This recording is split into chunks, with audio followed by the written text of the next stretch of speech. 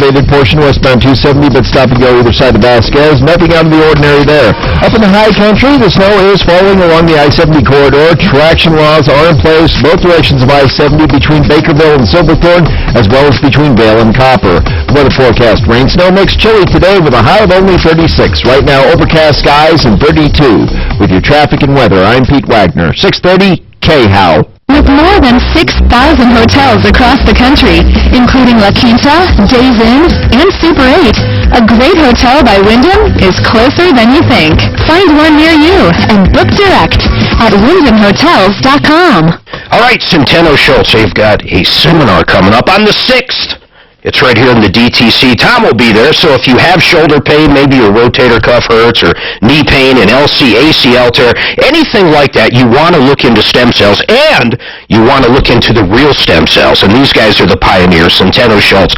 This isn't some stuff they buy out of state and then inject you with like a lot of these chiropractors. They actually harvest them from your own body, use a guided injection to put them where the pain is, and a lot of times it works. But if you go to this May 6th seminar, you can see for yourself what it's all about. These guys will answer all the questions. They'll be very straightforward with you, too. Are you a candidate? That's the number one thing. And a lot of times, I'll be honest, they tell you no, they're not, because they don't want you to waste your hard-earned money. If it's right for you, they'll let you know. Check them out, 303-963-9201. There's only a few spots left, May 6th, coming right up, 303-963-9201. Attention, if you owe money to the IRS, they're cracking down this year by garnishing paychecks and seizing assets. Don't let tax debt destroy your life. Call Optima Tax Relief. They're experts in the Fresh Start Initiative, a special IRS program that could save you thousands if you qualify. Optima's resolved over $500 million of tax debt and will fight to get you the best deal possible. Call for a free consultation. Call 800-960-1575. 800-960-1575.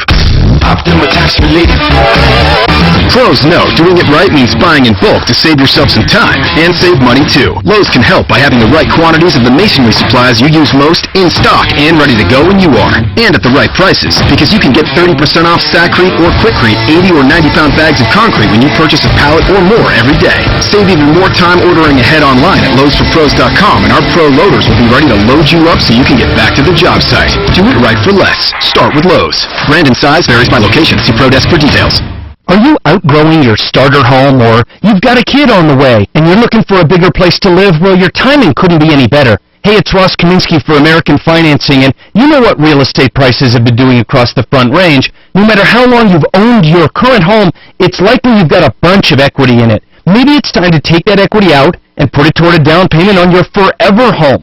Rates are the lowest they've been in over a year, so your dream home may now be within reach. I recommend American Financing because you'll get a customized loan from a salary-based mortgage consultant. They've been around for 20 years, born in Colorado, and continuously growing with our real estate market, so they know what it takes to get you into a home for less. There are never any upfront fees, and it takes only 10 minutes to start, so give them a call, 303-695-7000. That's 303-695-7000, or apply online at AmericanFinancing.net. NMLS 182334, regulated by the Division of Real Estate. We have to talk about it. Nope, I don't wanna. We have to. No. But we need life insurance. I am not listening to you. So you don't love me then? What? Oh, fine.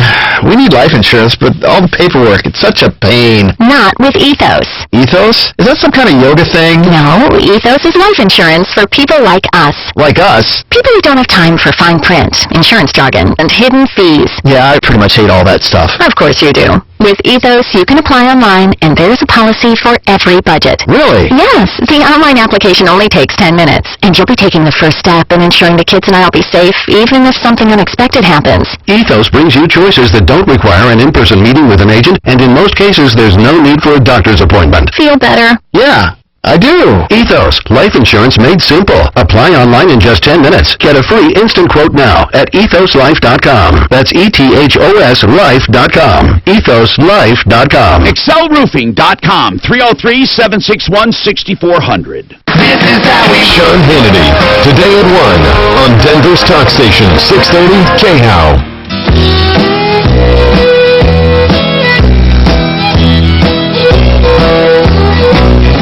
All right, 303-713-8255. I apologize that Facebook was not up instantly. Deputy Dan, I'm looking forward to him getting back in. He's in court right now there, Mr. Fuller. So listen to this story real quick. So his kid co-signs on a vehicle with another college kid. Yep. So, first of all, stupidest thing they could do. The other kid lets the insurance. The other kid really is the one that has the car, drives it. Dan's kid doesn't. So, this kid wrecks the car. Meantime, the insurance lapsed. So, there was no insurance on the vehicle. So, there's all this damage to it. The vehicle is totaled, and the bank was coming on after both kids, of course. So, Dan ended up paying his kids off, and now his kid's paying Dan. So Dan sued him for the other half, this kid. So he shows up in court today. I never would have thought this kid would have showed up in a million years. I served him for Dan. He works maintenance out on this golf course. I had to find him like on hole 3 in the middle of nowhere digging a hole. I never would have thought this guy shows up. So this kid shows up, and he countersues Dan. I have no idea what he countersued for. I figured he'd have the default judgment be back here by 10. But they're actually going through court. I'm dying to know what this kid is suing him for. A countersuit. It's like I can't even make this up. All right, 303-713-8255. Megan, I'm going to finish up with you, then we've got a serious problem to dig into. Megan, Daphne, you called up these clowns over at Blue whatever. What happened? It went right to voicemail, and the mailbox is full. So mailbox is full. Megan, I swear, I promise you, what I would do is do whatever it takes if you need to get all your information back. Once that site's up, there's numerous programs. You can just Google one, Site Copier, and you can suck down every picture, every link, every graphic, everything, and literally browse it right there on your own computer, and then you can upload it or have someone upload it to a new domain. Okay. I mean, that's it. We'll keep, we can't even leave a message there. How do you guys get through to them?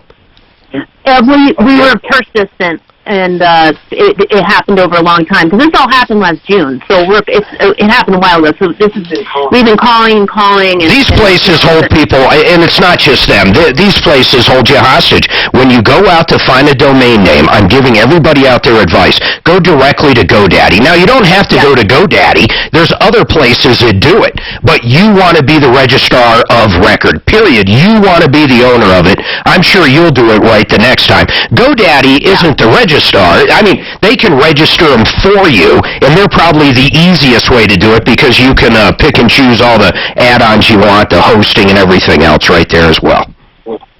Okay, excellent. All right, have a good day. Sorry to hear that. 303-713-8255. John Fuller, do you own your domain name? What is it? PersonalInjuryCO.com. Yep. And you own it? Yep. Did you ever get trapped in one of those deals where someone else owned it? No, but I don't do anything for $15 a year on my website. Yeah. I mean, I have professionals that yes. There is no, by the way, one line open, 303-713-8255. I got to get back to Shirley, then Jerry. Hang tight, man. That's a big one. Jerry's son committed suicide, and he wants to talk to Fuller about going after the school, possibly. Shirley, your tax problem, or tax consultant problem, what's going on?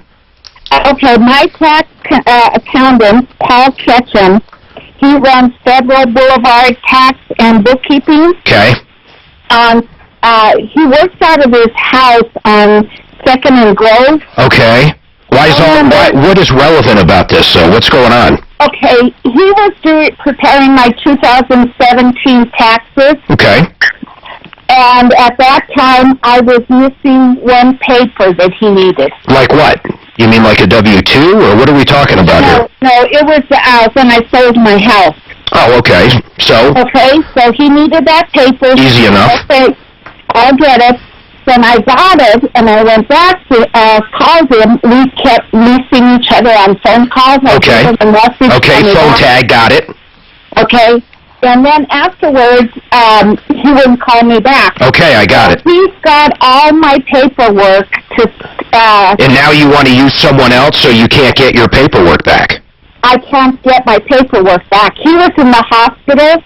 Got it. And, Shirley, think about, just for everybody else listening, think about this. Really, all you had to say was, hey, I was using an accountant, I don't want to use him anymore, and he won't give me my paperwork back. I mean, that's the nuts and bolts, right?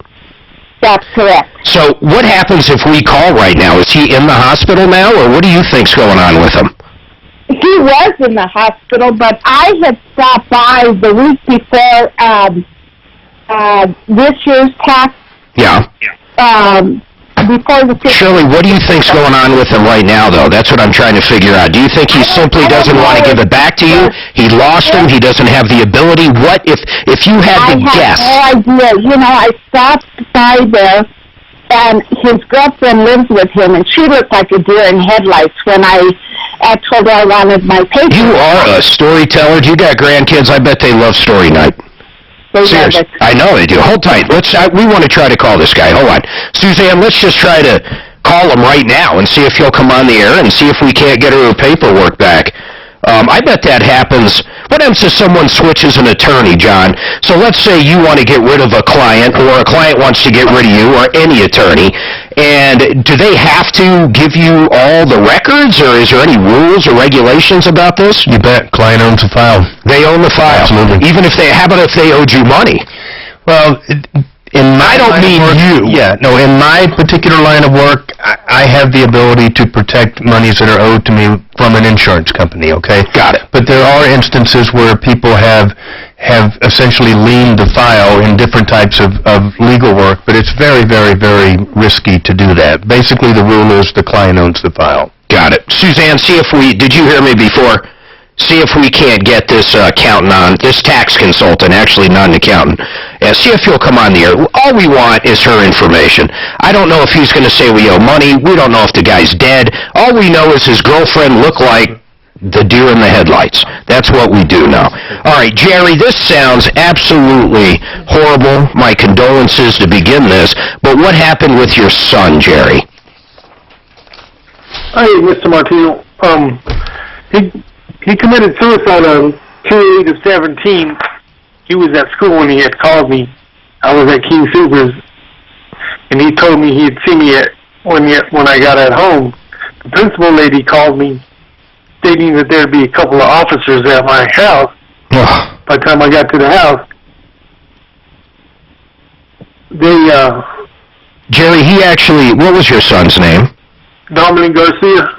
So Dominic actually committed suicide at school? No, at my house, in the garage. Oh, at your house. But you said he called. I'm just a little, on 2/8/17, your son called you and you were at King Soopers, right? Or was that the school? The school had called, well, Dominic called me. He said, Dad, he was having a real bad day with some girl. Oh. Then the principal lady called me. She goes, Dominic left school. There was another student that went and brought that to the attention of the principal and the counselor. How old was he? How old was he? He was 15. Oh, my goodness, man. The problem is these kids, they don't realize they have their whole life. One bad day, it's crazy. So he leaves school, and then he goes home, and he commits suicide in your garage. And how did he do it? I'm just curious. Oh, he hung himself. Got it. And then you get home, the principal calls you, says there's officers at your house, and you get home, and of course the whole thing unfolds. Yes, they were sitting out there talking amongst each other. Oh, man. For at least 10 minutes. They had more than probable cause to break in this house, the garage. There's only a little blue master lock on the back gate. You mean the police? Pueblo police. Pueblo, man, it is an amazing thing, and I'll get hate mail. It happens every time, but when I talk about the Pueblo Police Department, I can't believe how bad they are. Now, this is my opinion, but at one point, they seemed to be firing everybody and their mother up there that worked for the cops. It seems corrupt. Maybe it's fixed now, but why they wouldn't go in, I don't know. So you think they were there 10 minutes. Do you think if they immediately went in, don't you think it still would have been too late? How do you know the timeline? It took me approximately 15 to 10 minutes to get home. Got it. King Soopers. I was on my mountain bike, and you can get pretty far on a mountain bike in mere minutes, within a half a mile. They sat out there, I come back, I fly around to drop my bike, I unlock the garage, I look to my left, he was standing there, 2 cops right behind me, and I always carry a knife on me, just to have it. Yeah. So I grabbed Dominic while his lower torso and lifted him. I told the cops to cut him down. You know what they told me, Mr. Martino? We don't have a knife. Yeah. Okay, Jerry, it's an absolute horrible story, and a lot of parents have lived with the exact thing. What is your question for John Fuller? So I'm wondering why the principal, it's a straight shot from Central High School all the way down to Ormond, which is about a half mile from the house. Yeah. Why couldn't she get off her ass and get in her car and drive from Central? How would any of us know, including John, why the principal did or didn't do anything? I mean, we're not in her head. I would think and hope that if she knew your son was going to do something like that, she might have done that or called the police. Why do you think she would have known? Kids get in bad moods all the time and go home and, usually don't commit suicide. But in this case, they did. What makes you think that principal would have known? There was another student that brought it to their attention.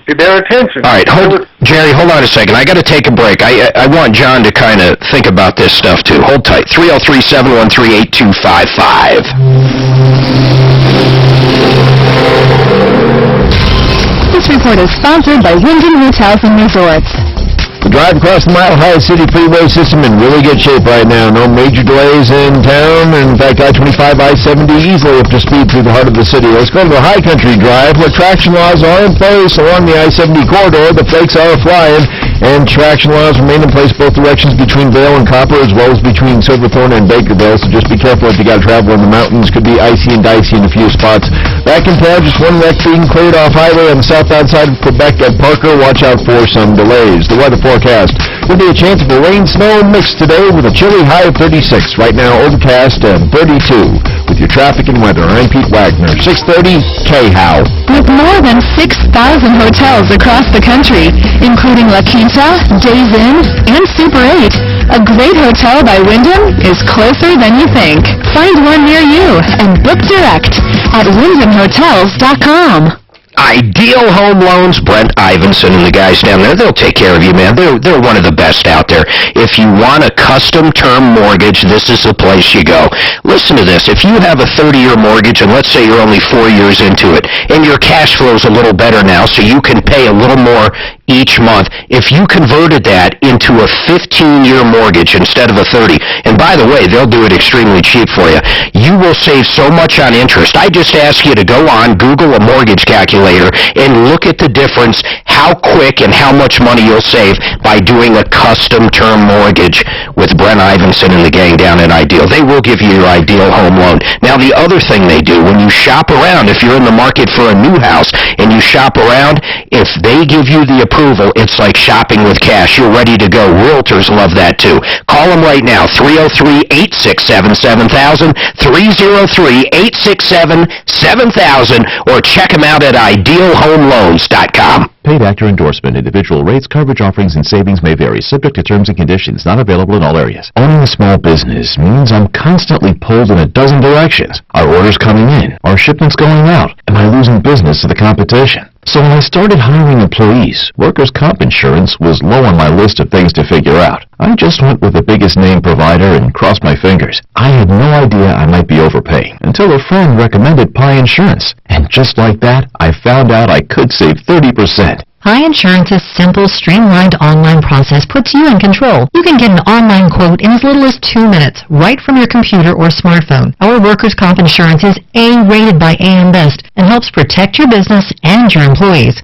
And we may be able to save you a bundle. Saving big money on workers' comp insurance was as easy as pie. Find out if your small business is overpaying for workers' comp insurance. Get a quote and see how much you can save at pieinsurance.com. That's pieinsurance.com. Let's talk about crackerjack mudjacking. What the heck is mudjacking? It's where you take concrete and sand, they call it mud, and they pump it to lift concrete to repair it. Concrete can be repaired, and they can get into tight places. They can lift basement floors. They can repair cracks. Call Crackerjack Mudjacking. Free estimates. Crackerjack Mudjacking can take care of all of that. 60,000 jobs under their belt. 20 years in business. 303-410-7787. 410-7787. CrackerjackMudjacking.com. Napa know-how. You don't have to know fancy terms like ceramic, metallic, and calipers to know that this sound isn't a good thing.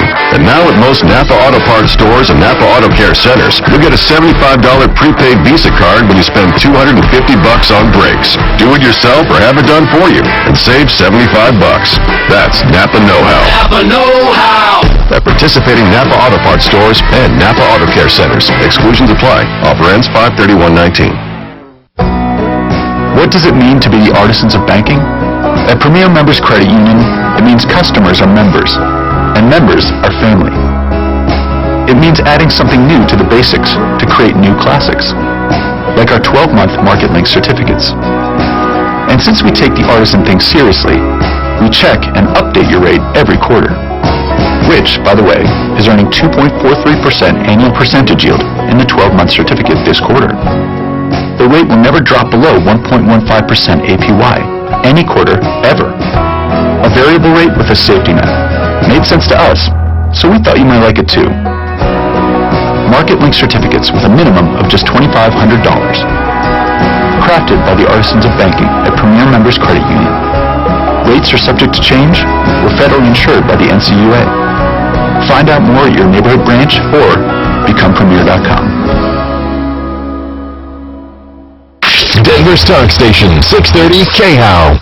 Welcome back to the Dog Show. Up next we have Satchmo. Satchmo is a member of the Shelter Pet Group. That's right, a group known especially for their couch snuggling, ball chasing, face licking, and of course companionship. Now let's see him in action. Look how he makes eye contact with his person. That's actually known as the treat stare. How intuitive, and now he appears to be excitedly turning in circles. Ah, the happy dance so common with this group. But really, the best way to know an amazing shelter pet like Satchmo is to meet one. Visit theshelterpetproject.org today. Adopt. Brought to you by Maddie's Fund, the Humane Society of the United States, and the Ad Council.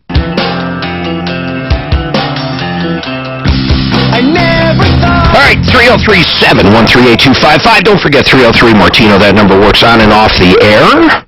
By the way, listen to this number. Over $200 million in cash, merchandise, exchanges, and refunds directly due to this show. And by the way, I get email.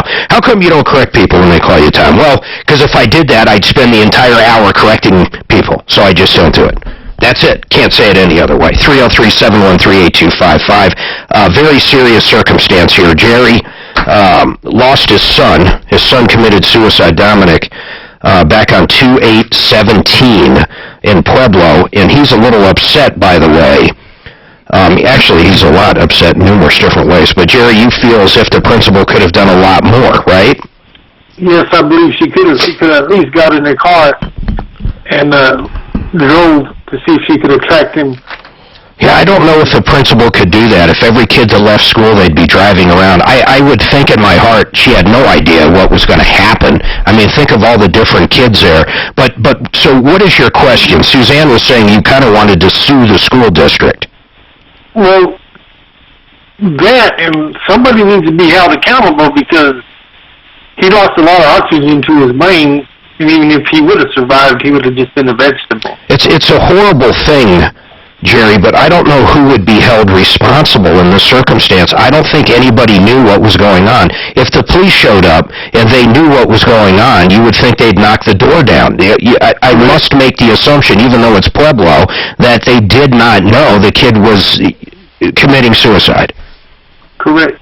Well, okay, if that's correct, I don't know what you would do with them. And then to think, and I hate saying this to you because I know, I can't imagine walking in your shoes. I just can't imagine it. I've got two kids. I can't imagine it.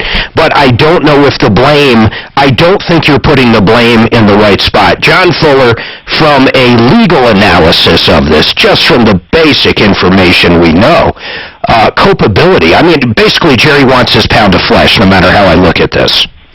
So, Jerry, a couple of threshold issues here. You said earlier the cops had plenty of probable cause. For what? What was their probable cause of that you think would have prompted them to break into your house? There was a couple of students that brought this to the principal's attention. That brought what specifically to their attention? That he left school? Dominic was going to go, yes. Okay, so, but on its face, you have to know that a kid leaving school is not probable cause of anything that would allow the police to come bust in your front door. Or hold on a second, Jerry, are you saying that he told other students he was going to go commit suicide? Yes. And then those students passed that on to the teacher or principal. And then the principal called the police, right? Yes, she also called me, and she told me that they were going to be at my house. I got you. John, so that's a little different. Okay, but let's be specific. Were the cops there out of a concern that your child was suicidal? Yes. And so what did they do? They sat out there in front of me. What happened, though? I mean, I don't know, Jerry, but John, getting back to it, is there any... Yeah, so, I'd like to sit here and talk about... Here's the bottom line, Jerry. You're talking about suing, and this is the broader lesson for everybody. Jerry, you're talking about suing a governmental entity. That's a state-owned school, municipally owned school. It's a government entity. It falls under the umbrella of the Colorado Governmental Immunity Act, okay? And anytime we have a potential defendant that's a governmental actor, there are very, very specific things that have to take place. And the first of them is that you, the plaintiff, has to put them on notice. Now, you might say, well, of course they knew about it, and they were on notice, they were there. But the statute requires a specific document to get filed with very, very detailed facts. And here's the deal. It has to be done within 180 days, and if you don't do it, even if you had the most compelling case in the world, you will lose your right forever to bring that case against that governmental entity. So that's come and gone. That has come and gone. That was 180 days. That would have been back in like August 8th of 2017. So if we didn't do anything, regardless of the facts, you can kind of stop the analysis right there, okay? Even if you did, you'd still have to deal with the immunity issue, which means even if you put them on notice, they're still going to claim, rightfully so, that they're entitled to immunity as a governmental actor, unless you fall into one of some very specific exceptions to it, and I don't know that this factually would fall into one of the exceptions. So, Jerry, I mean, that's it in a nutshell, man. It's just too late to sue them. And even if you could, the chances are it would go nowhere because of governmental immunity. Correct. Correct. Have you talked to somebody about that before, Jerry? I talked to an attorney in Denver, and he basically told me this. Same thing. It would be to go through the NAACP, but there is a time limit on things. Yeah, it's definitely past the time limit. Well, I feel bad for you, man. I think you should get into some counseling too, and I mean that just to maybe find a group of people that are suffering the same kind of grief as you. It could be really good for you. And Mark, for what it's worth, I had a retired cop call me. Yeah. He didn't want to come on the air, but he did say the reason police officers don't go in is not only for their own safety, but the safety of the suicidal person. They might act too quick. Got it. Hey, Jerry, I do appreciate the call, man. I know it's not the answer you want, but our prayers out to you, man. Get some help, too, man. I'm not kidding there. Find some other people that have suffered losses, and I think that could be very, very beneficial to you. 303-713-8255. Deputy Dan walked back in. Deputy Dan, you were down at court. I told everybody what was going on. I'm going to tease it, though. Okay. I can't say if you look happy or not. John, just by looking at him, do you think he won or not? Just we don't know. If you're looking on Facebook, we have no idea. Just by looking at him, do you think he prevailed in his small claims matter? He's got a little pep to his step today. I'm thinking it must have gone okay. A little glow? Yeah. Yeah, like a pregnant woman. Radiance to him, you know? Yeah, well, we'll find out. Don't say we're teasing it. I've taught you this. I'm a professional. Just calm down. 303-713-8255. Suzanne, did we reach out? That woman called up. She's just trying to get her tax documents back. Yes, I left a voicemail, and I emailed the gentleman, waiting to hear back from the tax guy. All right, so we've got her info, and we'll follow up on that. All right, one line open, 303-713-8255. Josh, real quick, what's going on with you? Josh, you're up. Oh, hello, yes, hi. Thank you for taking my call. I got a septic tank issue. We moved into our home from Florence about in December. Come to find out, a few months later, we're smelling all the sewage and gases and all that. Did you have the septic system inspected? Well, with the house, yeah. we figured that it was inspected properly. They looked at the septic tank. We've got paperwork on that. All right, hold tight. Let me take a break. I'm curious where this is going. How long ago did you buy it? We purchased in December 22nd. Oh, man. And you did have a home inspector out there, you said, right? Correct. All right, hold tight. 303-713-8255.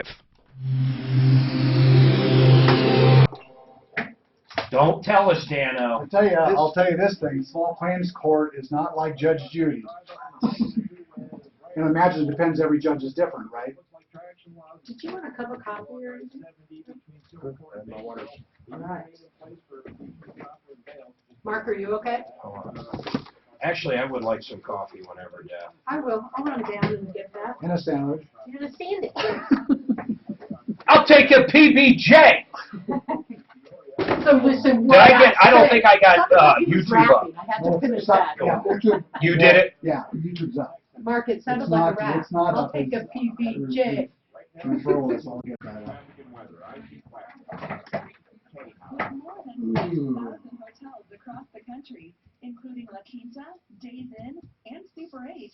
A great hotel by Wyndham. I told you needed. I told you. Do you have enough to prove that he owes you? And you said yes. Denver Egress. You know what these guys do? They create windows for maybe a bedroom that you have in your basement. It's very important too. If you have a bedroom down in your basement and there's no exit, it's a fire safety. I mean, people could die.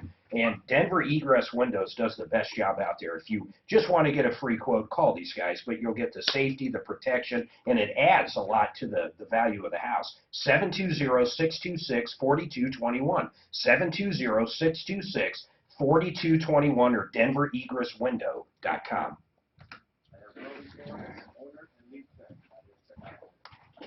I don't envy you lawyers with some of these judges, boy.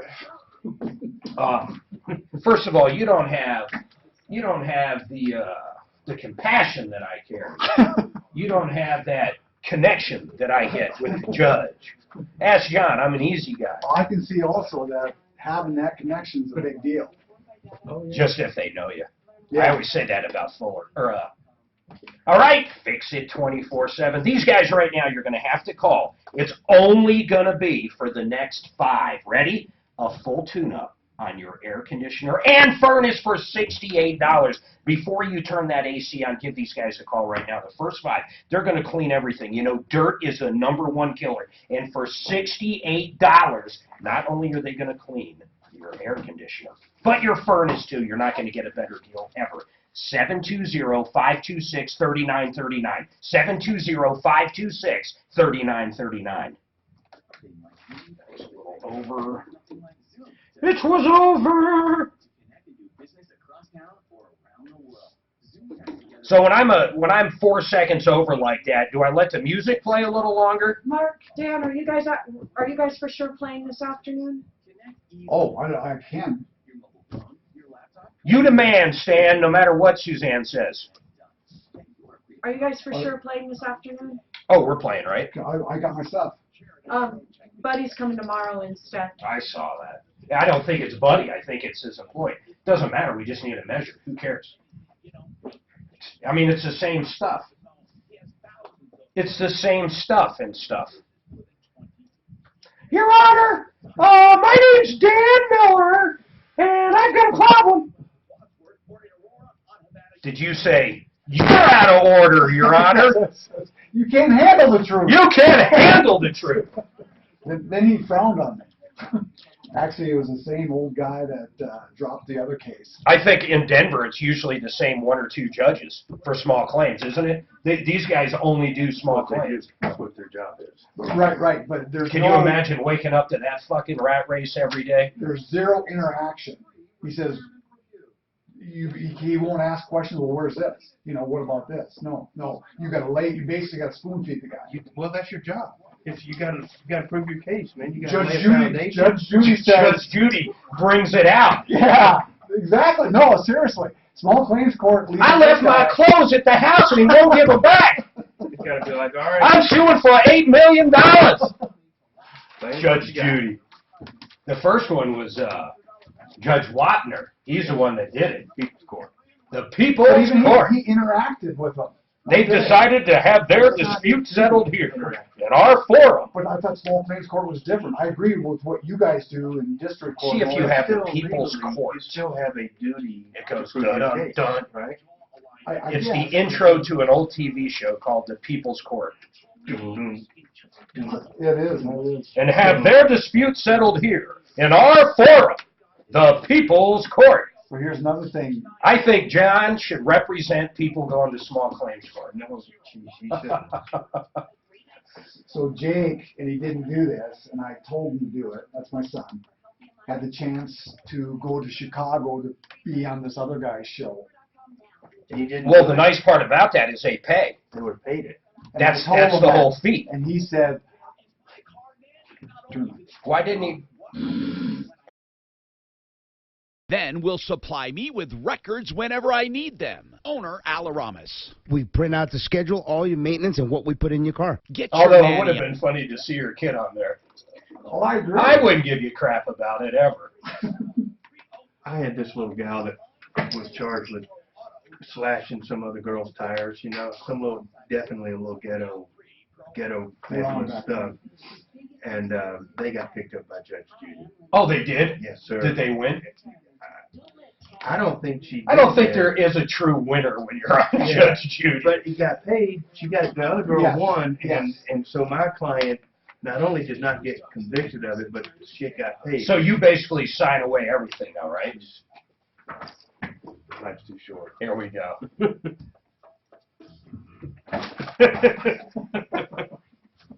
A little time lapse there. The People's Court.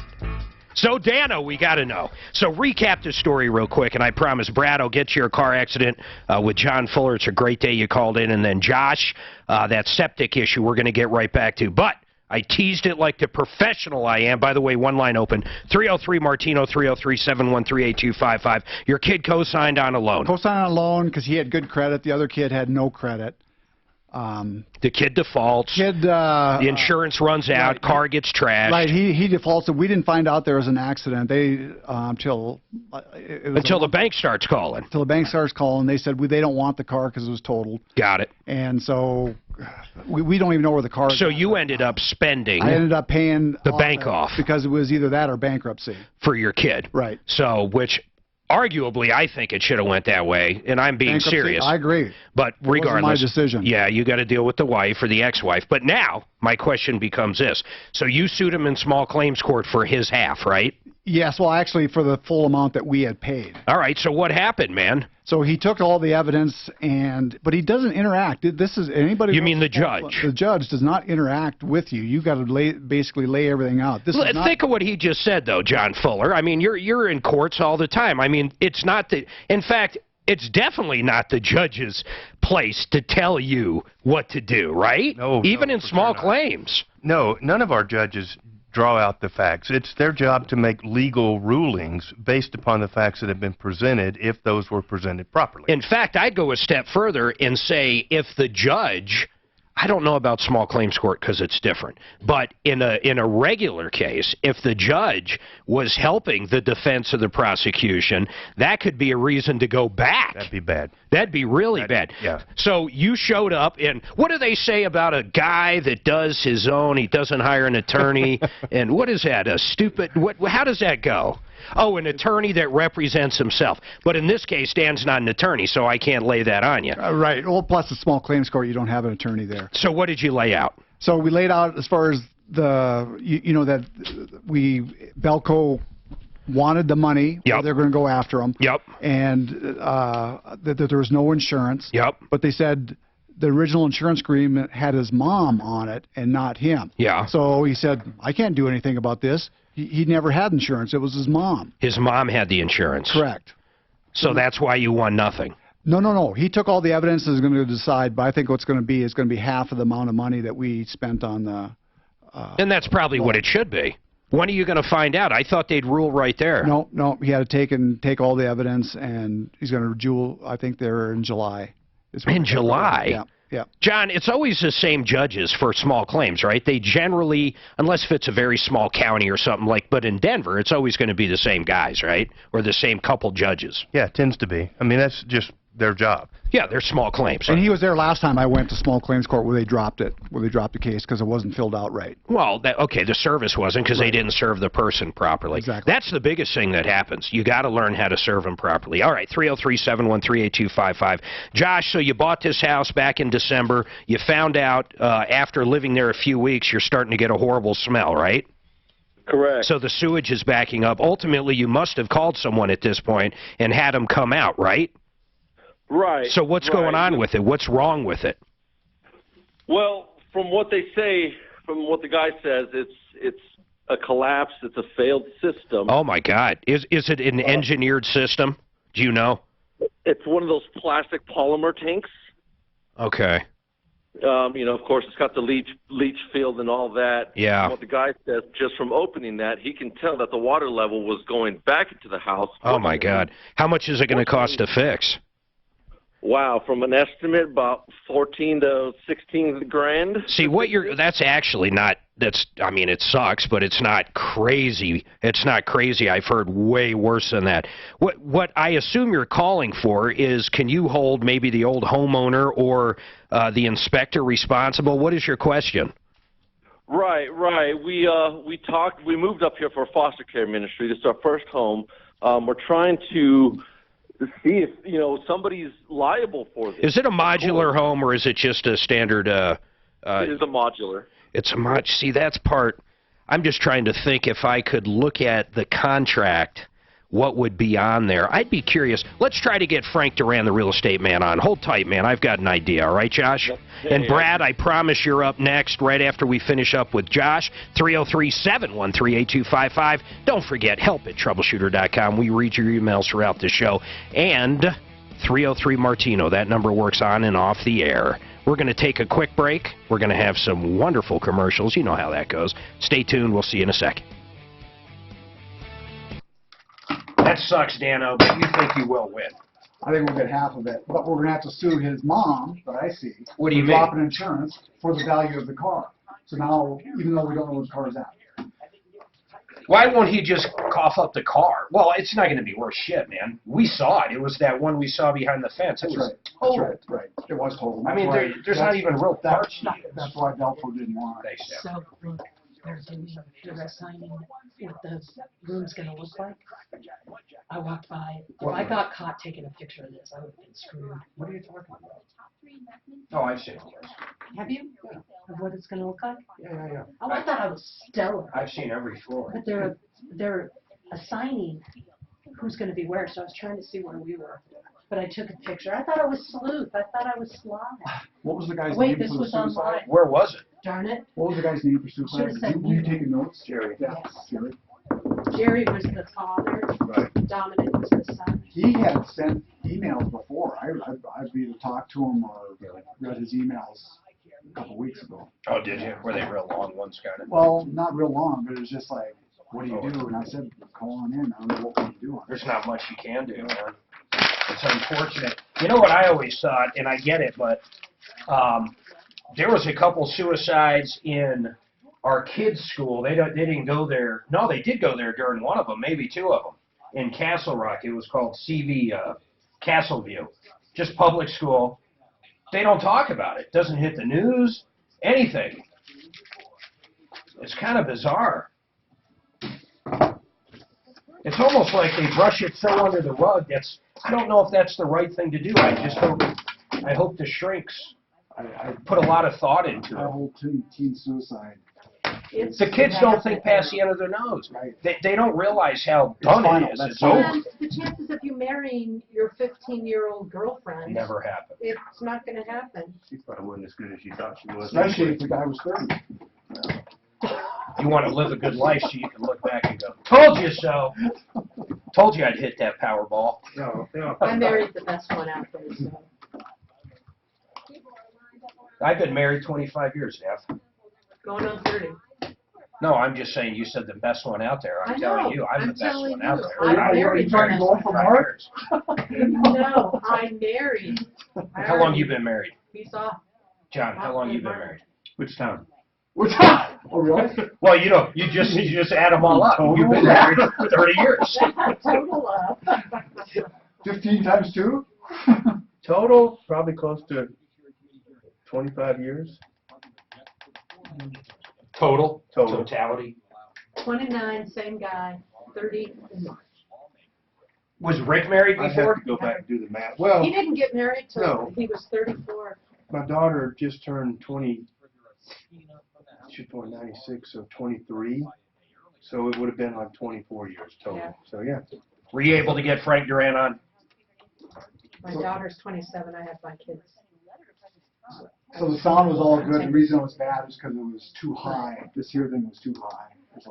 I barely got it up, man. Yeah. I forgot. The listeners I forgot can I suck it had up to on hit their stream, so it was just sitting on that Facebook part because I didn't start it.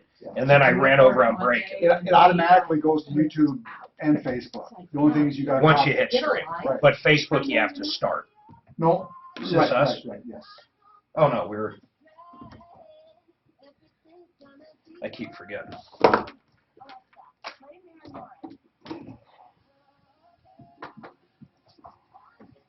So I had that chef over for dinner. It was amazing. What chef? Dinner was so great. Just a chef? No. He owns Olive the Garden Croc would be Spots. He has a truck, and then he's opening a restaurant. It's Burger King. He's got a truck. Yeah. A truck. truck? And he's opening a restaurant. People are nuts, man. If they got a food truck and they're making good money to go to brick and mortar, why the hell would you ever do it? He's the Highlands. What's easier? Or Sunnyside. If you have a food truck, you got to hustle around to get it. But if you have just, it's a lot They're easier. gonna You go have to both. the No, same place because if you got a one shitty time. location in the truck, you can move it. Oh, no doubt. But like say, you got to hustle. He's to going go to get have it. both. He'll have You know, both. like a The only, weekend. if he could justify all the food prep and the kitchen and everything to put the food into the truck, I think people that have food trucks. Disgusting. I wouldn't eat off of one of those damn things. You don't like roach coaches? Hell no. I used to run the company. 100 of them, you know? Hundreds of them? A bunch of He worked for Denver Custom Food Trucks. No, I probably know those people though. I'll bet So you. I ran a company that No, used to Rudy. run about 50 small roach coaches, and then we also used to wholesale supply about 30 of those hot trucks. I've never liked roach coaches They're either. fucking disgusting. Now, what did they do? Just like sell chips and everything, or they did the whole gambit? We ran the whole commercial kitchen and made all the food for the trucks. And they just come stack them. Yeah. That's what these guys do here. If you park in the back, there's a bunch of food trucks. They rent it out to kitchen on the first floor here. So they prep and load here. Yeah, they're using it as a commissary, so, yep. Well, bottom line is I cooked for the chef and it went very well. So, You cook for the chef. Oh, that's He kind of likes weird. my So you had a dessert. chef over to cook for him. no, he brought poke, which Poke. was amazing. Pokemon? No, tuna, raw tuna. Hee hee ha ha. Oh my God, it was so good. He had this coconut rice, phenomenal. But I made this coconut. I it respect was you more Hawaiian and more to deal What? Well, just like say, seriously, I really thought it was going to be like Judge George Judy. Watt or what? Oh, I didn't You know, hear. like, he took all the evidence. He's gonna. You realize I have never, out of 6 big ones, I know, but you've lost most of them. How many went to actual court? none, they all settled. Oh, They all settled. Denver's a little different because they don't have to do the mediation They the don't day even before. offer the mediation. Like AT&T, the one you sued for me, I'm already talking to them now. It'll be done. Right. What happened to your little unauthorized practice deal? Went away. Yeah. Yeah, they found that I was too So stupid to how pretend to be a would lawyer. counter suit? What did the judge say? Oh, they just ask them like that. Best outcome possible. I know, Because he didn't It put was anything down. those attorneys, John. Yeah. I am sitting there. He didn't write anything. We walk in back after lunch. I was just live. I should have known better. I was just live saying that I felt like Digital media. the opposing counsel was Laurel and Hardy. And I just can't knock these guys enough on air. I come back in, I sit next to her. Judge walks in, jury's still out. They raise their hand and come up, and they're whispering to the judge, and one of them pulls her phone out, and I can hear the judge listening to something. And at that point, I knew I was cooked. All 3 of them are looking at me while they're listening, And I'm just like, oh man. But you said good things. Welcome to the show, the only show of its kind. Here to solve problems, answer questions, take complaints. My goodness, we want to make your life a little bit better. We got some updates we're going to do. We've got all hands on deck today, so if you've been ripped off, it's a great time to call. I'll let you know when the line is open, I promise. Just remember 303 Martino. Yes, Suzanne. So Rick called. He said, Suzanne, what's wrong with Mark? Is he sick today? I said, no, he's not, but he does sound a little cranky, because I thought you sounded cranky. He says, no, he's just being too nice. Can you have him amp it up? Hey, you jerk. Me? No. Oh. I wouldn't do that. I'd be in trouble. No, that's kind of crazy. You know, what do you mean amp it up a little? It takes me a minute. My God, you just don't sit down and turn it on. What do I look like, a machine? That last call was a pretty stressful call. I know. Man, I'll tell you what I deal with. The hardest ones... Okay, I'm going to outright say it. We get these all the time. The homeless, or they're ready to lose their place. The ones that drive me crazy are the ones that pay $50 to $80 a month for subsidized Section 8 or subsidized in some way, and they want upgrades to their place. It drives me crazy. And I sit here and it drives me nuts.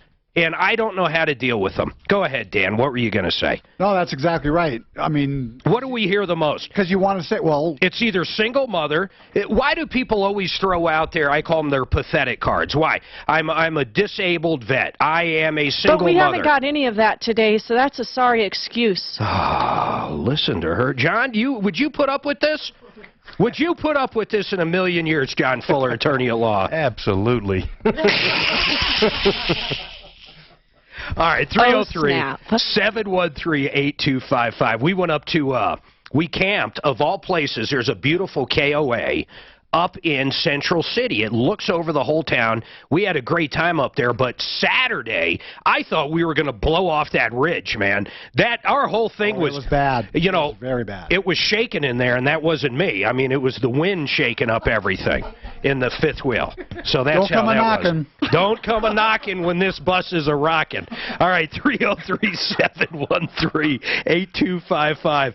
Josh, we're trying to get, I had you on hold. We're getting Frank DeMann, the real estate man, on. I want to see what the disclosure, if it looks exactly, I think it's going to look the same for your house, whether it's a modular. I think an actual, a trailer is different, but I think a modular is the exact same. So I have some questions for Frank on that, so hold tight, all right, Josh? All right, thanks a lot. All right, hold tight there. 303-713-8255. Jason and Leisha, you guys will be up next. Brad, what's going on with this car accident? Well, back in January I got rear-ended, and I'm dealing with the insurance company. And in fact, I've actually called John Fuller. Great, they've been very assisting me in this. I didn't realize he was on your show today. Did you hire him? No, not yet. He told me just kind of be patient, let doctors kind of come to the conclusion that my neck injury is actually from the car accident. Oh, they're saying it's pre-existing? Well, no, not yet. They've actually have admitted fault. So I'm going through therapy right now, waiting to have an MRI done and all that. Brad, stuff. I'm missing something though here. What did you mean by if it was caused from the accident? Why do you say that? That had to come from somewhere. Well, there's actually two parts of it. Is I actually have a pre-existing injury. I have a nerve damage in my T5 region in my back. Got it. So that's been inflamed since the accident, and since then I've only had an X-ray done. So they really can only kind of take a look at the... John Fuller, I got a question for you, and then Brad, I promise I'll let you ask your question. When we talk about people that have pre-existing injuries prior to an accident, I always think of what you taught me on the eggshell theory, or basically you find your victim how you find them. So if someone did, and then we'll ask Brad where he's going with this, but if someone had, let's say, I don't know, a back or a vertebrae, like he said, an issue like that. But the accident, of course, even a small accident is going to aggravate it. It's not the person's fault that they had an issue before, right? I mean, you find your victim how you find them. Yeah, you do. You take your victim exactly as you found them. But so there's so many different issues to that. One, did we exacerbate the prior injury? Were you more prone to a new injury because of the old injury? You know, all these questions come up, but the hard part is that you, the plaintiff, have the burden of proof. And so if we have a situation where months have gone by without a lot of treatment, there's going to be problems in proving up the relatedness and the causation of that injury. Brad, you already know you have damages of some sort because you're not in good pain, or you're not in good spirits. Why in the world wouldn't have you hired an attorney? I don't understand why you're doing this alone. Well, kind of what goes along with that is my medical insurance didn't start until January 1st, or February 1st. What does that have to do with the accident, though? But the accident happened on January 29th. Okay. So at first, I just wanted to see if I could just ride it out. It was just a sore neck and stuff like that. After about a month, I decided, well, I better talk to my doctor, and that's kind of where I was at. Well, why wouldn't you have an attorney? Why wouldn't you have an attorney now? Let me tell you how it goes. Have you ever been in an accident and had to hire an attorney, Brad? Seriously, and this goes for everybody listening.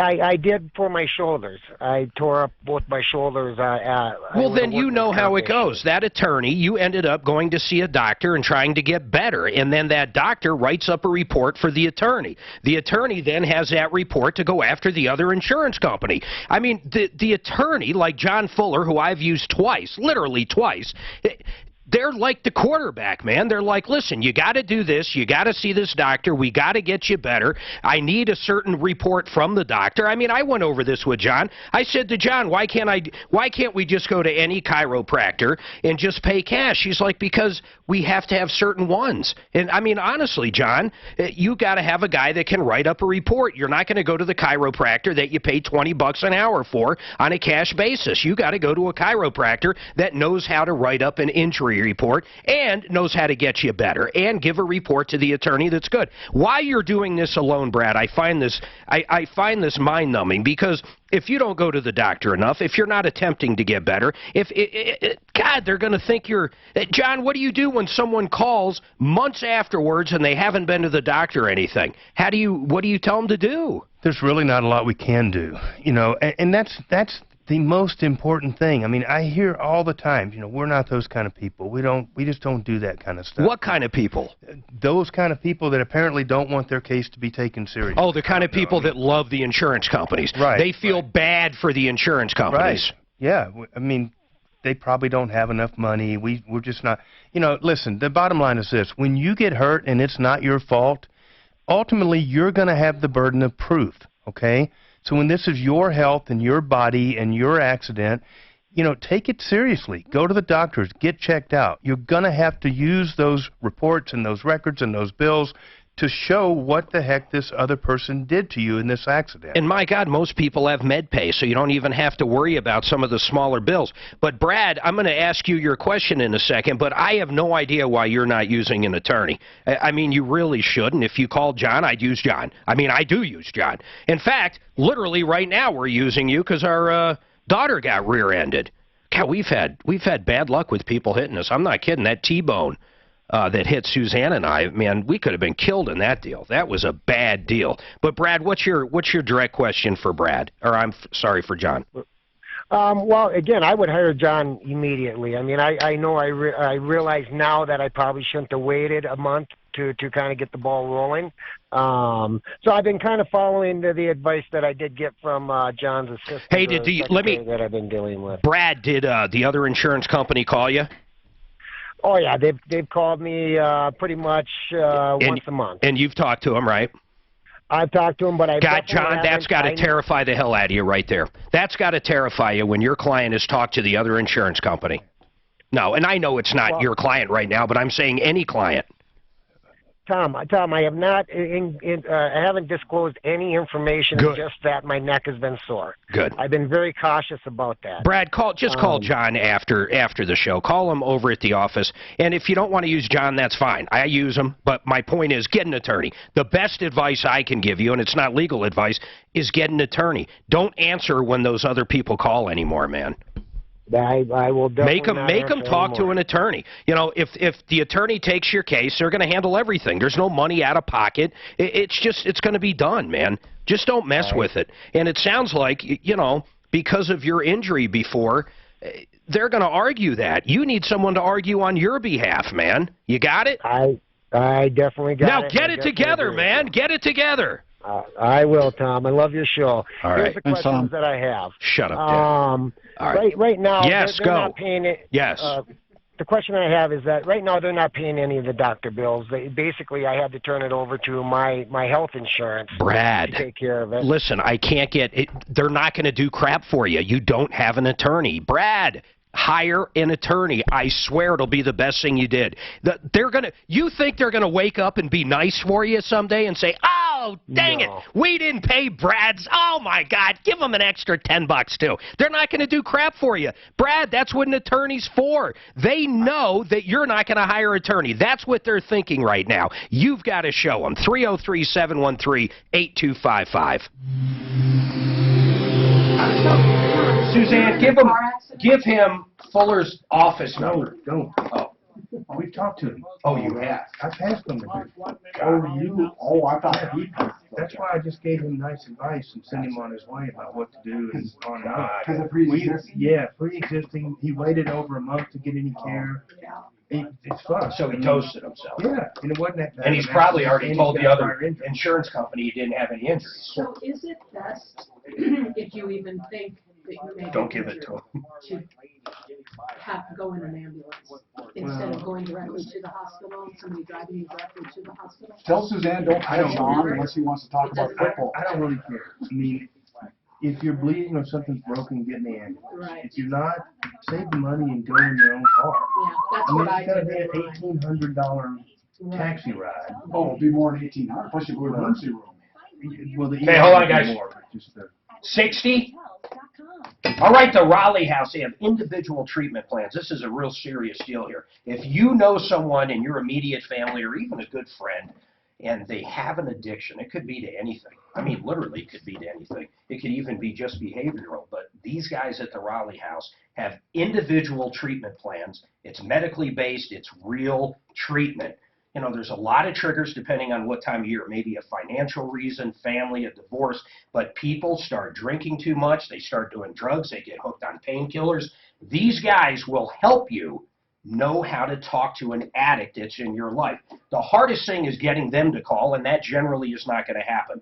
But if you learn to talk to them, you may be able to help them. You may be the hero. 720-730-9722. Learn how to talk to the addict in your life. This is real advice. 720-730-9722, or check them out at theRaleighHouse.com. Real treatment. You should have got a call a few days, like Thursday or whatever, from a guy, did you? Thursday or Wednesday. Yeah, you probably get a bunch. But no, he called and showed. He said he's going to call him in the next 10 minutes. Yeah, maybe we did. I mean, you know, Daphne, I don't. As long as you're looked at within does it matter? So if it's, I mean, literally, it's going to be $2,000 more medical bills than you had to begin with, okay? But maybe, I mean, the variables that make that hard to answer is, are you going to run out of medical payments coverage anyway? Do you have health care coverage? Do you have health care coverage? What's your copay and deductible? I mean, there's all these things that go into it. Literally, does your case get more valuable because you rode in an ambulance other than for the medical bills being more? No. Okay. Okay? Yeah. Because I've always just had somebody. We drove Addie to the hospital, and she got Yeah. married. I mean, My I mom think it's picked a me up medical and took me issue, right you know? to the doctor. I just Fine. figured, why ride? As long as it ain't going gonna kill them, it's usually quicker. But one time I did ride in an ambulance because I was still seeing stars, and they needed to do an MRI on my head. There's nothing diagnostic about an ambulance ride. Exactly. But there may be something life-saving about the ambulance ride. It just kind of depends on your... How much are those Flight for Lifes when it all comes down? They're You know, big. Our like son- 20? 30, 40. Do you know what? Our son was Flight for Life, and it was free. It wasn't free. I'll bet you it wasn't free. Well, it wasn't it free, I wasn't. promise We you that. didn't Somebody see a paid bill. for it. No, of course, insurance did it, right? Or... You're saying you didn't pay anything? Yeah. Yeah. We didn't pay anything. Well, your What were insurance the did. circumstances of it? Our Somebody son fell off the high diving board 10 feet down onto his head in the concrete. And then we got on the highway and he stopped breathing. They took us to Swedish, and the Fight for Life didn't bring Swedish to children. I thought Swedish was a full... That was about a $10,000. You do not want your children at Swedish. They intubated him with an adult breathing tube. We could have sued left and right. Oh, I see what you're saying. Deal. Yeah, I've had But, clients that have taken that same trip. That's a $10,000 flight. yeah, and maybe, you know what, That's 10G. 10G. Yeah. Are they just like an ambulance? It's an outside, they don't work for the hospital. But there's a flight chart for 2 on there. I mean, it's a big deal. Even just it's an ER. I had asked them to take him to Children's, but when we got on the highway, he stopped breathing. And all they have is a bag. They needed to get him intubated. So we detoured to Swedish, which I knew, you know, people say it's the top. It is for adults. It is not a place for kids. Right. Like I said, they intubated him with an adult breathing tube. It could have severed his vocal cords. It did not. But I was in the ambulance with him and got a call from the Homeowners Association president of the neighborhood asking if we were going to sue. I'm like, I'm in the ambulance with my son and I don't know if he's going to live or die. And we never What, did he did. dive into an empty pool, or? No, his foot slipped. And he I'm fell. just You know waking how up. they- Oh. How it just has two You sound good parts, when I was and coming there's in. I that was gap. listening. I always sound good. You always sound good. The smell that smells. What do you say about Grant? I mean, listen to this. He keys in on the music. He's doing this because we have Frank Duran, the real estate man, as an expert coming up. But poor Josh, he bought a house back in December, and he had it checked out by an inspector, and I'm saying this for the audience, and I'm saying this so Frank can listen. So what happens is he lives there, and all of a sudden he starts getting a smell, and it's that smell that smells. But what happens is, you know, the sewage is coming back up through the house. Now, Frank Duran, the real estate man, Frank, it's a modular home, but the disclosure on a modular is exactly like anything else, right? Yeah, it should. In fact, Mark, I would say probably take a look at it. But if it says seller's property disclosure residential, then it would be. Do you know if the modular is owned on land, or do they just buy the modular on maybe rented land? Well, you're going to shoot me. I think that's him calling right back, but hold on. When I brought you up, I accidentally got rid of him. I don't know the answer. Is that him, Suzanne? No, that's not him. Well, let's say it's his land and he put it on there.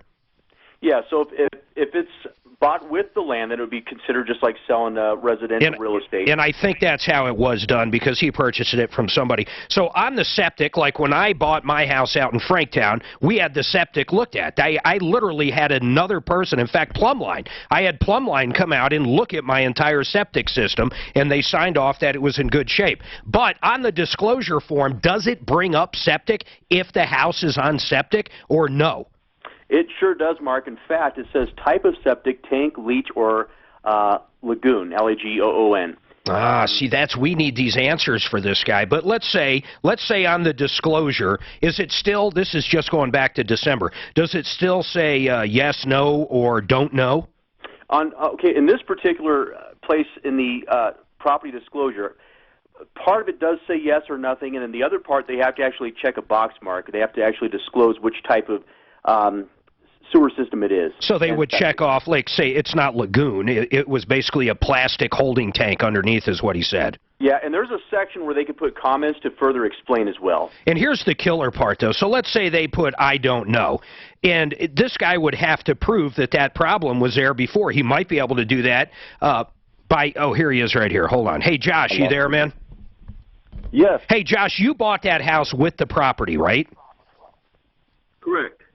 Yeah, so Frank, do you have that disclosure you signed, or do you know on that disclosure, Josh, where it talks about septic, did they check a box what kind it was? Well, it was an inspection from the a local. No, hold on. Guy. No, Josh, what I'm saying is when you closed on your house, there is a actual disclosure. Before you show up and actually close, you go through the disclosure process. When you went through that, there's certain questions. Frank, I mean, what would the question be?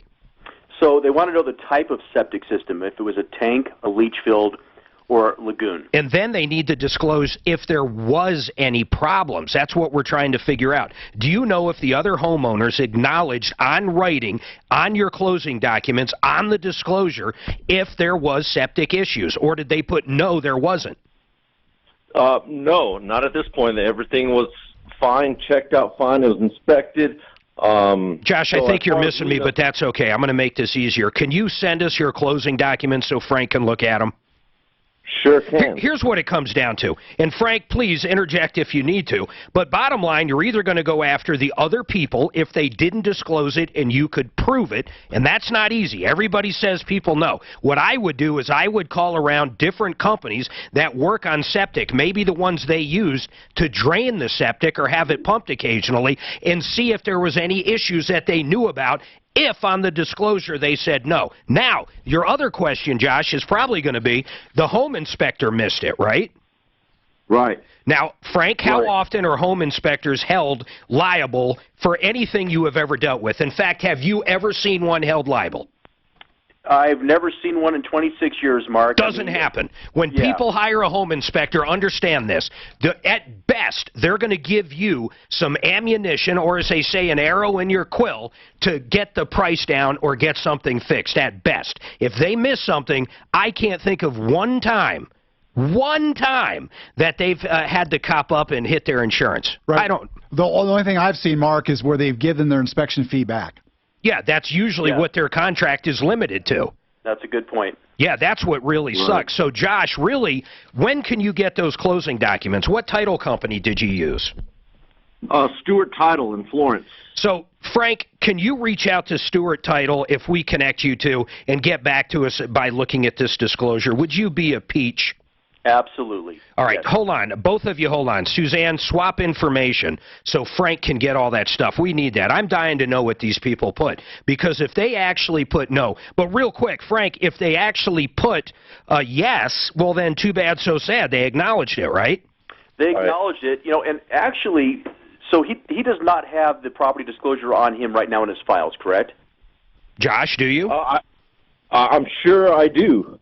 I'm not sure if he knows what. I'm not so sure if he knows what we're talking about. Josh, if you have the seller's property disclosure, my friend, you're welcome to email that to me directly, and I'll give you my email, and I'd be very happy to look at that with you. Hey, real quick while I'm talking to you, Frank, are you still doing the 100%, and I mean this, 100% free valuation on a house? So even if people don't want to sell it and they haven't looked at the value of their house in Denver metro area for 3 or 4 years, they're going to be astonished. But do you do that literally for free?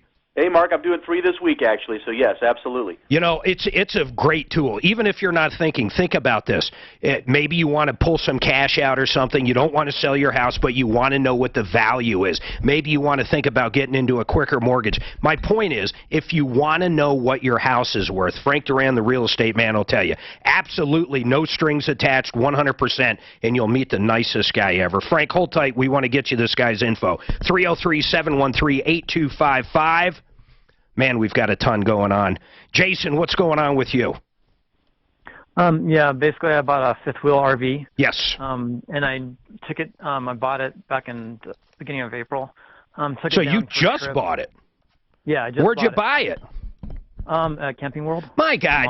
Okay.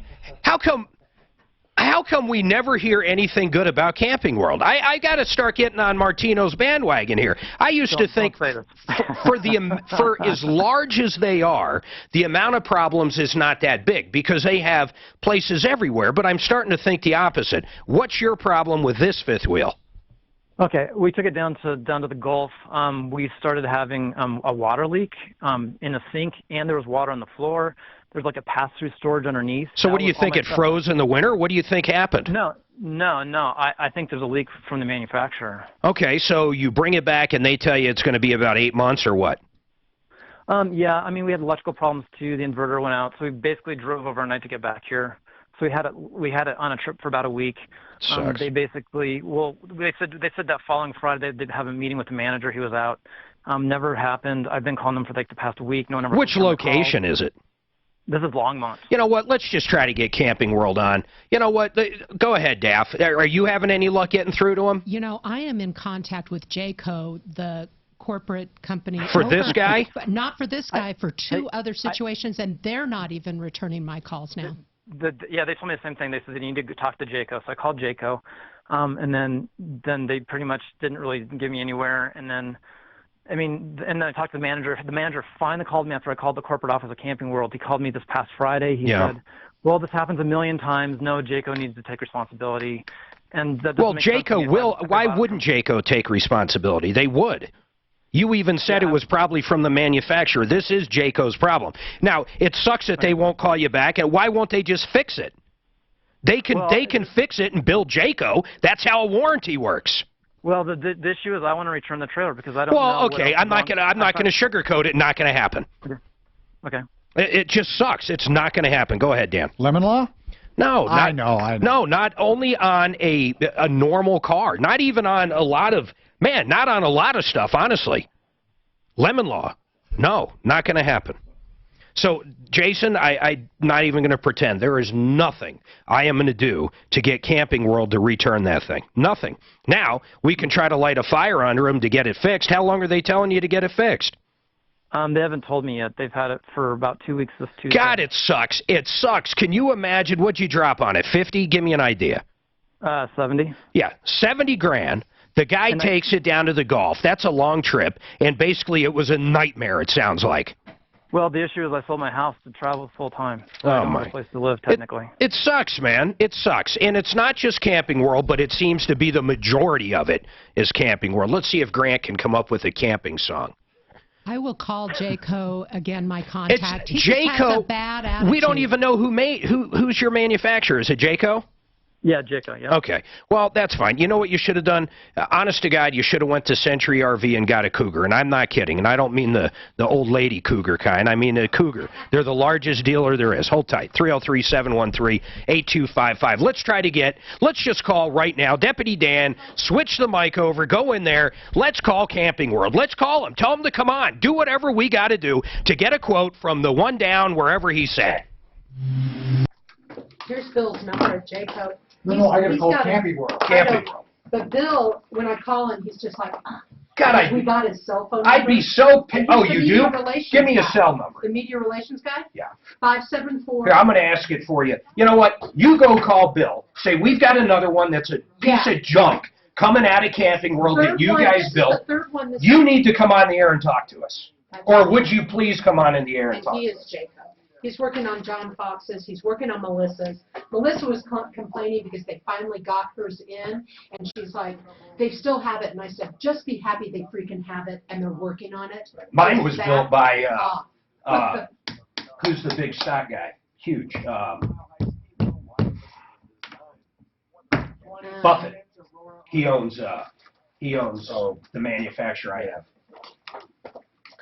I had $365 in warranty work after a year. Well, I've got this thing. I've got a problem with Ford. But Who is it? Who am I doing? Okay, hold on, guys. Sometimes I can't shut Tommy Boy up, and one of the reasons I can't is he brings both of his kids to Dr. Kent Lawson, the new orthodontics. His kids are pretty young, and they've been in this plan with Dr. Kent Lawson, and most likely they'll never need braces. Think about what I just said. You can bring your kid down there, and he'll check them out and see if the program will work for him. And there's no cost, there's no obligation. You got to call this doctor, though, Dr. Kent Lawson, and talk about a man that is passionate about teeth. It is incredible. This guy just wakes up thinking about teeth and straight teeth and goes to sleep thinking about them. And he can also help adults with TMJ. In fact, he has solved more than 5,000 cases himself, successfully treated. Dr. Kent Lawson, and that's without extraction. But if you got young kids and you don't want to see them in braces or want that, you call them right now, 303-690-0400, 303-690-0400. Am I too tall? I gave out the wrong number. I gave out his other number. It goes right to there, but Am I too tall? no. Are you sure was Grant having a hard time seeing you? Oh, I don't Maybe know. I'll just move I it. saw him fine because I knew which spot to do, so. That'll be a message for Bill. Oh, yeah. Is he tough to get? No, he answers sometimes. I recognize the number now. You got him trained up on caller ID. He's like, See, when people buy these things, they have no idea they're screwed.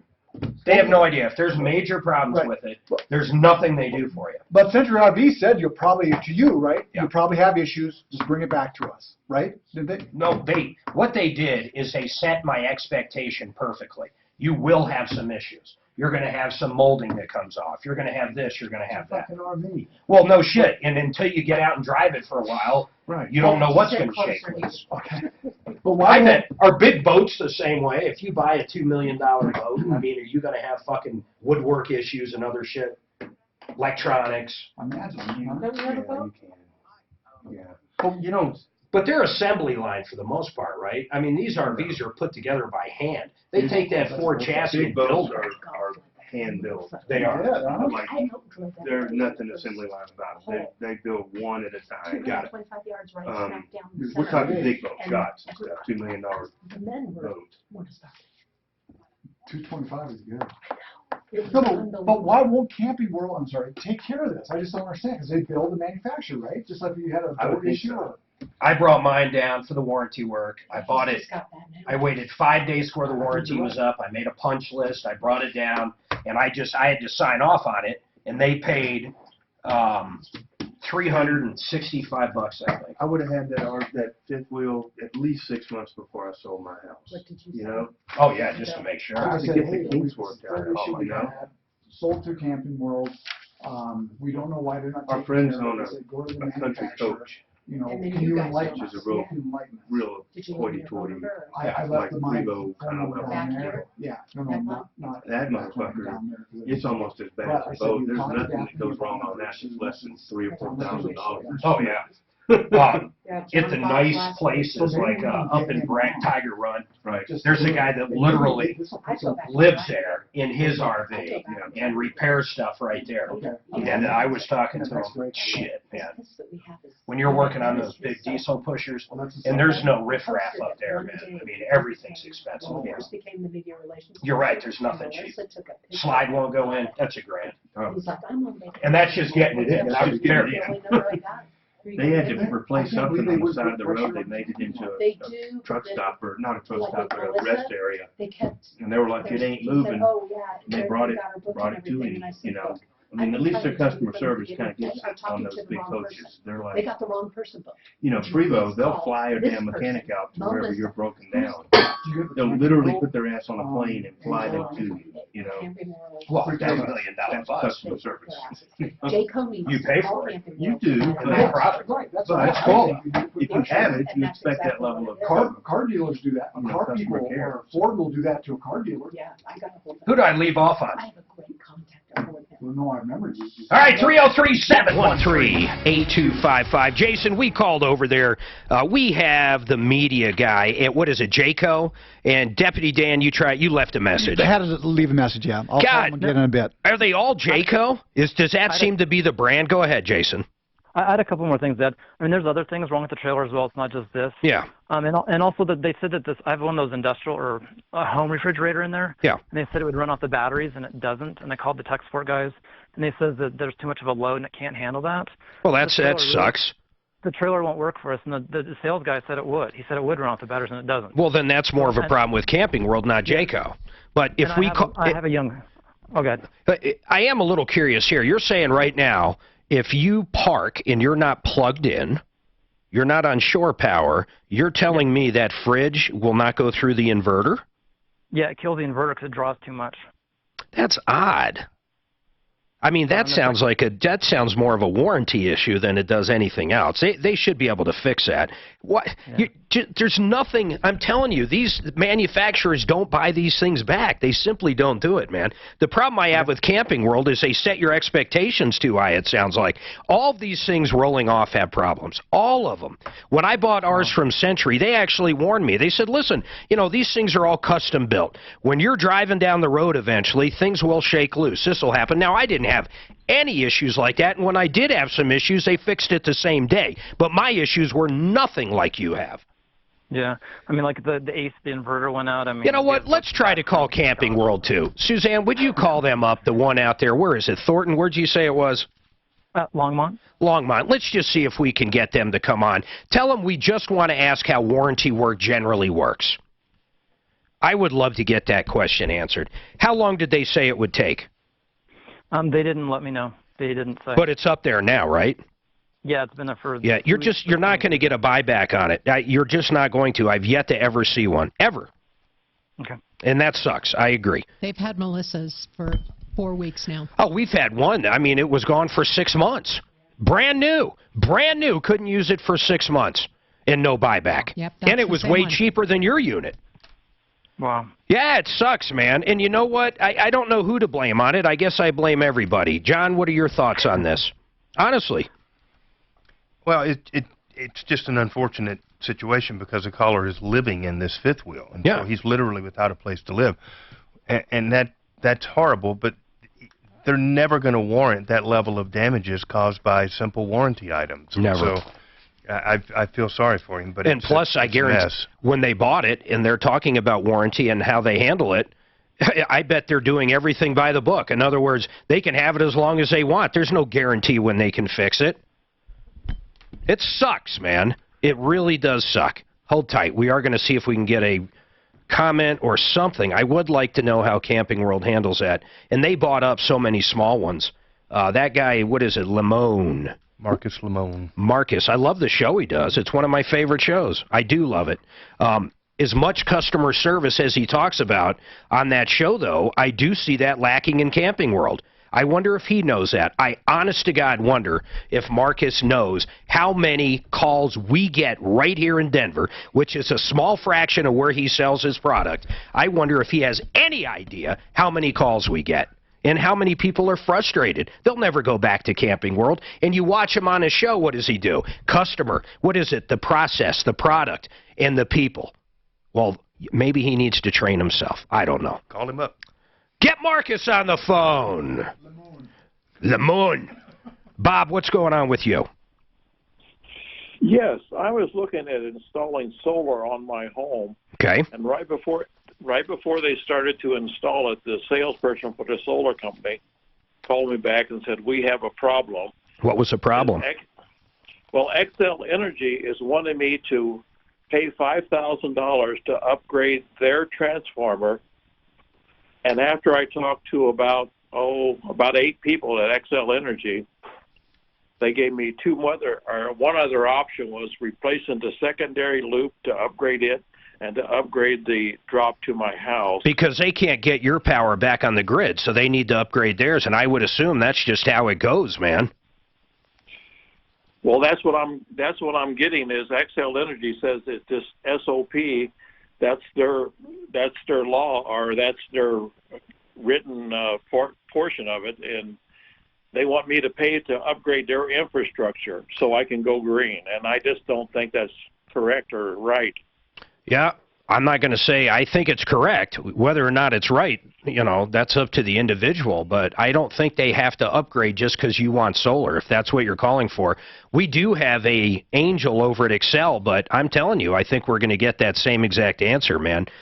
In other words, they don't have to upgrade their equipment to help Bob. They simply don't have to do it. Right. They're telling me that I have to upgrade at least the secondary loop to a 4-aught. That's right. But we're saying the same, Bob, we're saying the same thing. There's nothing you're going to do about it. That's just the rules, man. Well, yeah, but I just don't think it's fair. You agree with me on that. It's not fair that I when it comes to fairness, okay, let me think about this. Do I agree that a company should upgrade their equipment to help Bob? If it was me, yes, I would agree. But because it's not me, and I'm being serious, I don't know. I wouldn't want to be forced to upgrade something on my dime for someone else's benefit. So it is, but it doesn't matter. Even if it's not fair, it doesn't matter. It is what it is. Yeah, and I understand that part of it. How can I help you on it, though, Bob? What do you want me to do? You can trash Excel for the next 10 seconds if you want. What do you want?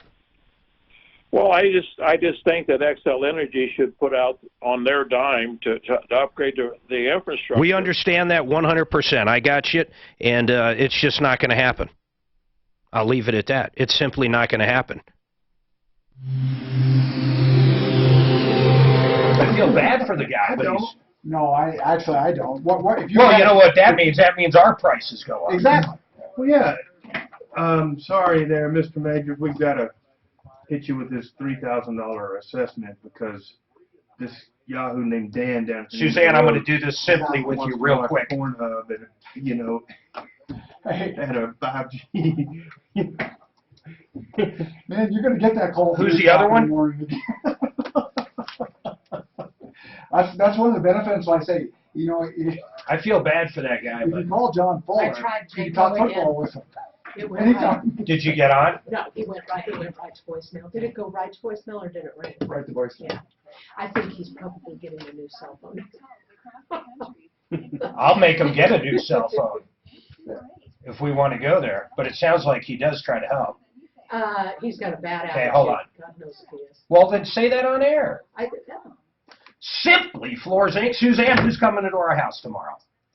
Simply Floors. Buddy Mitchell's coming out. He's measuring our downstairs. We're going to match up the same carpet he sold us, oh my goodness, 3 years ago. The best carpet we've ever had. I believe it's made by Shaw. They call it, God, I'm going to get this wrong, but it's basically life-proof, and I don't think that's the name of it, unfortunately. But this stuff is great. It's got a rubber backing, so the padding never gets wet. It's beautiful. These guys do everything. SimplyFloorsInc.com. Just go there, check them out. All your flooring needs, SimplyFloorsInc.com. There's no Clint. He's out of the picture. Have we heard from him lately? Mark thinks he's got a notch in his belt for being a radio host. So. Did we? Oh, did Clint. We No, I think no. He's done it. Now he's been a radio host. You know, he did everything. What didn't he do? He did. He was a professor. He's not a lawyer. He went to district court. He wasn't a radio host. Fix it 24/7. These are the guys. $68 before you turn that AC on. Call them right now. Only the next 5. Get it scheduled. They'll come out and do a full tune-up. You know what kills your AC is dirt. They're going to come out and they're going to clean the heck out of it, and they're going to do the furnace as well. Get them both done. Your furnace will be ready for winter. They have a no breakdown guarantee. It's Fix It 24/7. Only the first 5. It's a real cleaning. Ready? 720-526-3939. 720. Call now. 526-3939. I tell all my friends and all my peeps down in Florida that I'm a radio host and stuff. You know? As you should. And you've been bit by a shark a couple times? Well, I've not been bit by one, but I noodled one time, you know? I was a professional clown. I bet you that Clint can't say that. No, I bet he can't. But I don't know if he wants to. I don't know if he wants to. It's actually really good money. I was making like $125 an hour, but now it's probably $200 an hour. Why don't you come in the show once as a clown? No, I lost it in the fire. Oh, you did? Oh, so And I had already stopped. So let's ruined. Give us your biggest clown joke. Like joke? Yeah, don't you clowns tell jokes? No? I mean, it was more, I had a smiley face on my bloomers, so when I'd bend over and I'd wire in my dress, I'd bend over and the dress would come up and there'd be a big smiley face, and the kids would laugh and I'd turn around and be like, what? No wonder you're happily married. You do that at night. Smiley face on my ass. Rick's gonna say, this is great. On my bloomers. It was good money, and I did it on weekends when the kids were young, so that I could have my own money to buy Rick. I didn't want to spend his money buying him gifts. To me, that just never seemed right. So I've always had side businesses to. And if you enjoy, like, say, being silly like that, I can see where. You know what? Totally, I could be in the worst mood and I start putting my makeup on, and by the time I was in complete costume, totally different attitude, because I was a totally different person. My voice even changed. It was much higher. And I was born with a clown. That's what they interview actors. They'd say the same thing. I can be a fool, but it's my job. Yeah. What's that? That actors will say that they love acting because they can be a fool, but that's their job. You know, that they can be done. Lawyers say the same thing. Do you want me to kick him in the shins? And I like kicking Dan in the shins. Come on, we need some lawyers. Hilarious. Just I know, somebody coming out of thinks court, he's you know, really funny. I No, know, now he thinks he is. Now I look at, I would never say. Clint actually said he won a case in district court. Do you know Dan Mahoney? Name sounds familiar. Yeah, he's a lawyer. His wife died about a year ago. No. She was Yeah. out. I don't know. Clint's wife is a client right now, so I shouldn't say anything. Oh. But I, like I say, I I'm respect, sorry. after just looking at these judges and knowing every judge is different, I definitely respect lawyers more than what they gotta do. Right. And how they just gotta, it's basically you're spoon feeding them. Yeah. How is that? You How's just spoon feed them. Is that how you spoon feed? No, you do. I mean, like I said, that guy, and I really did. I seen the district, county. You should go watch one that has a jury. Well, I think that'd be really boring. The jury's gone so often, it's mind-blowing to me. Really? Of There's course, that so was many things a jury can't be present for. It's crazy. But wasn't that a little different because he was admonishing what's her name and stuff for that? You know, for she didn't do this right, she didn't do that right. She didn't do shit right. Right. Isn't that why they got rid of the jury? And A stuff? lot of times, yeah. The jury knew she was representing herself. I mean, everything was evident. That was just a bloodbath, man. Oh, it was a bloodbath. She walked out of there in way worse shape than she went in. Absolutely. All right, 303-713. 8255, that is the number if you have any questions.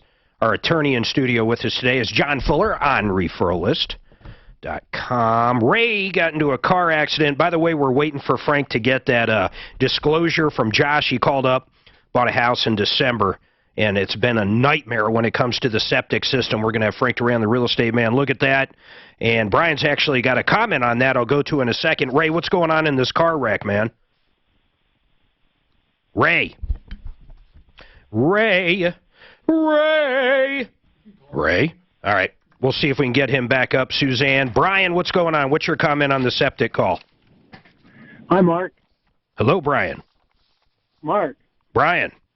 are you there? I'm here. Are you there, Brian? I'm here. We're both here. What's going on? Hey, on that septic system, the Yes. seller is supposed to have that by Colorado's new change, and I don't know if it's necessarily a law, but in the real estate, You mean pumped? To have it pumped and inspected. So Yep. they should have gotten a report on what that septic system was, and they would know. And that's if what it was an issue. That's what we're looking at now. He's sending all the paperwork over to Frank Duran, but I know I had ours checked out, and I know they also paid to have it pumped because we bought our house in winter. They simply couldn't get it there to pump, but I had a credit that we used when the weather got better. Right, and then also on the comment about the inspection company said, you know, if I miss something and it's my fault, I don't just give the money back. I fix whatever needs to be fixed. Well, you'd be one in a million. I mean, we've never heard of it in 38 years of this show. Basically, when you hire most of these inspectors, it literally says in their contract it's limited. Their damages are limited to the amount you paid. And that's what my contract says, but my... Oh, but you're saying I see. You're just saying if you can, you would step up and do it. But okay, let's say the entire foundation was cracked and it was hidden because the basement was carpeted or something happened. You're not going to go in there and level their house for $100,000, are you, Brian?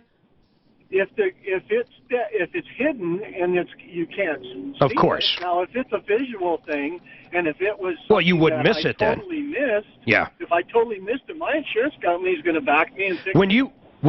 Yeah, I agree. If it's right out there and it was egregious, I agree with you. But it very rarely happens. But, Brian, let me ask you something. When you do one with the septic system, though, you don't do it. You call someone else, right?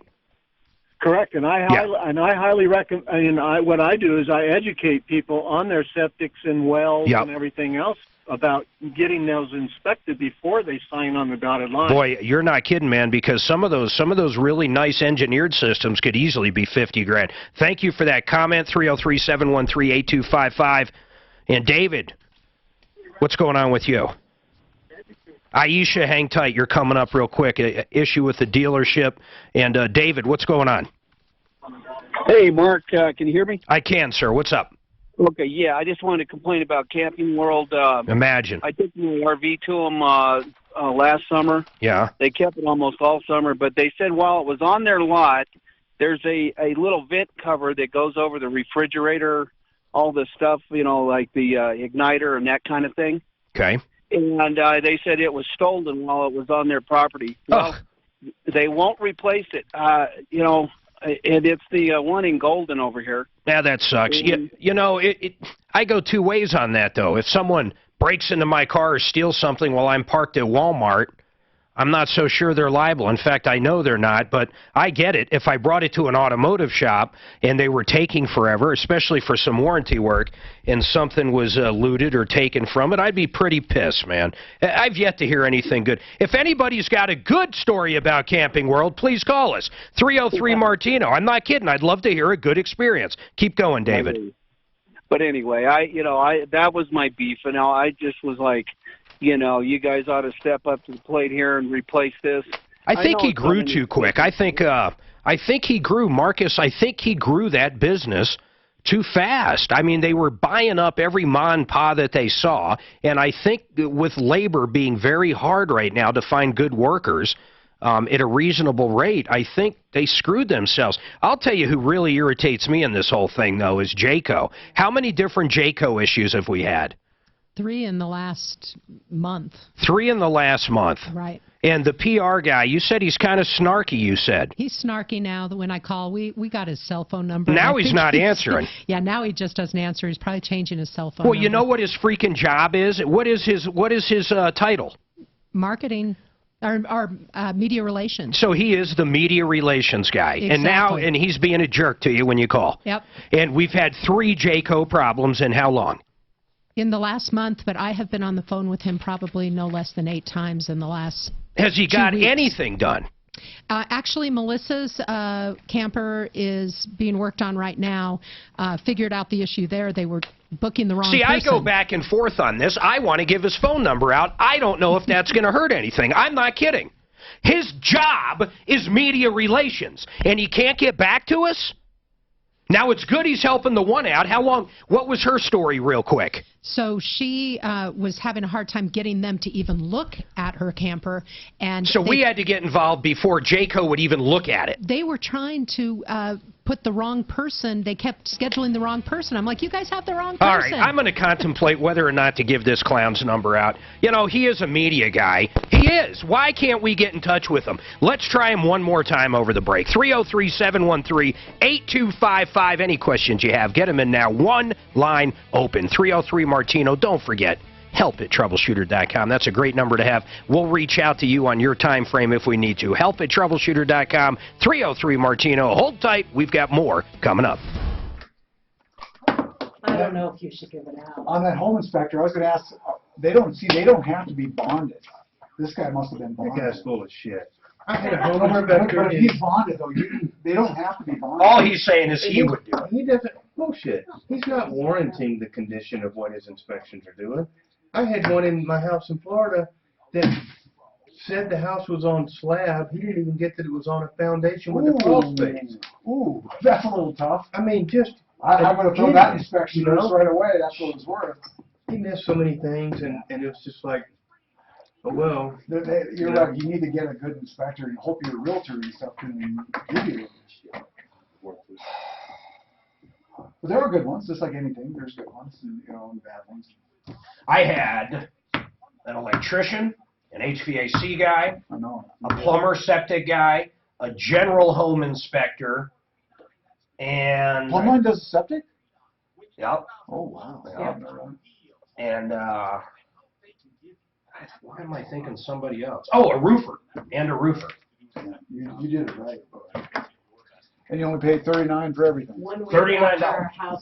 1 year after our house was built, 1 week after we were out of warranty, the master valve in the kitchen broke. What time's budget? Our contractor went back to his plumber and said, come on, guy. And they go, nope, we're 1 week out. He said, fine. I'm never using you guys again. Right. The master valve. What's the master Hey, look. valve? One of the best attorneys in the world. For the main water? In the kitchen, And the one in the kitchen, the valve blew. I came home to hot water all over the floor in the kitchen, so my floor is warped now. And then it went down into the basement, landed on the pool table. Thank God I just bought the expensive cover. So it ruined the roof, the ceiling in the basement and everything. Our contractor did as much as he could for free. But it was the valve that went on itself. I'd say it's the manufacturer of the valve, not the plumber. It was, we were out of the. Right, but what I'm saying is. Avenatti Unless pleaded he not guilty. did a bad soldering or. I would look forward to his ass going to jail. He's going to be our next president. Did you see there were 30 issues with that trucking company? They had 30 violations in the last Oh man, those year. guys are so screwed. You know why he got arrested? It finally dawned on me. He didn't try to mitigate the damages. Right. Everybody agrees his brakes went out, but he said he closed his eyes because he thought he was going to die. No way. That's what he said. See, they said he should have took 470 and flipped the truck over. But you know what? He's 23 years old. Right. And They shouldn't have hired him. Yeah, Not in the mountains. he probably didn't have training on going on those ramps. It's a Cuban dude, okay? He And grew he's up at 4 probably feet an above illegal sea alien. level. He's not illegal. He's on a He's green not? card. Okay. We don't have that many illegal Cubans. It was impossible. All you had to do was hit land and you were legal. You're here. So, Kind of like wet coming foot, dry across the foot. border, huh? No, not at all. No. Under It's the exile. policy that we had forever is if you hopped your ass in a boat Really? and If came you over, made sure you're if going. you If you made made sure, sure, yep. you were allowed to legally stay here, and within a year you were given a green card with lawful permanent residency. Okay? I had no If you got caught on the water, They take you back. they take your ass back. Yeah, you Wet have foot- to. You wet have foot, to hit dry land. foot. You Hit have shore. to make it. Those guys would show up down there in the Keys all the That's time, right. and they'd be running up the damn, bank. Woo-hoo! Everybody's up there hooting and hollering Wasn't and there- welcoming them. Wasn't there? That's Didn't crazy. someone swim that? No. Some nut? No. I thought some woman swung it. Yeah, but that she swam probably it. swam it with a boat next to her. Yeah. They Yeah. usually do because they keep the sharks away. It's still impressive. Oh yeah. There's been a whole bunch of Cubans that have been lunched for sharks in that passage. Yeah, a lot have died in that. Yeah. Thousands and thousands have been shark bait out there. You got to hit that just right. You need to catch a good northern wind, and and even still, it's a 6 or 7 day deal to just drift 90 miles north, and you got to hit it just right. Just think the money you could make if you started hauling your boat people back and forth. Yeah, people do that. Oh, do they? Yeah, I'm just joking. then they go to jail. Then they go to jail. Human smuggling. Yeah, it's a big thing. Usually it's some Cuban dickhead out of Miami that's making that run. And Tomorrow, cloudy. They put him in prison. It's human Oh, they do? smuggling. Oh yeah, it's a big deal. Why don't they do it in? All right, hold up, guys. They get some from the Bahamas too that are illegally coming over. The Bahamas are a shithole, isn't it? Let's talk transmissions. Check it out. Transmission special. Number one, $149 transmission service. You're not going to get a better deal. Number two, the guys at Budget A1 Transmission and Auto Repair will beat any legitimate price on a transmission rebuild. Any. And, my favorite part, ready? Free transmission tear down and inspection. No one does that. Everybody wants to charge $500-$600 to give you a diagnostic on a transmission. Not Budget A1. Give them a call. 303-781-9858. Call them now. 303-781-9858. Yeah, I'm running 5 seconds over on almost every spot. Cuba, I guess they would pay. Qdoba. Qdoba? You realize that's where Guantanamo is. Guantanamo. Guantanamo. Yeah. Guantanamo is in, yeah. It's in Yeah, I How knew did that that ever happen?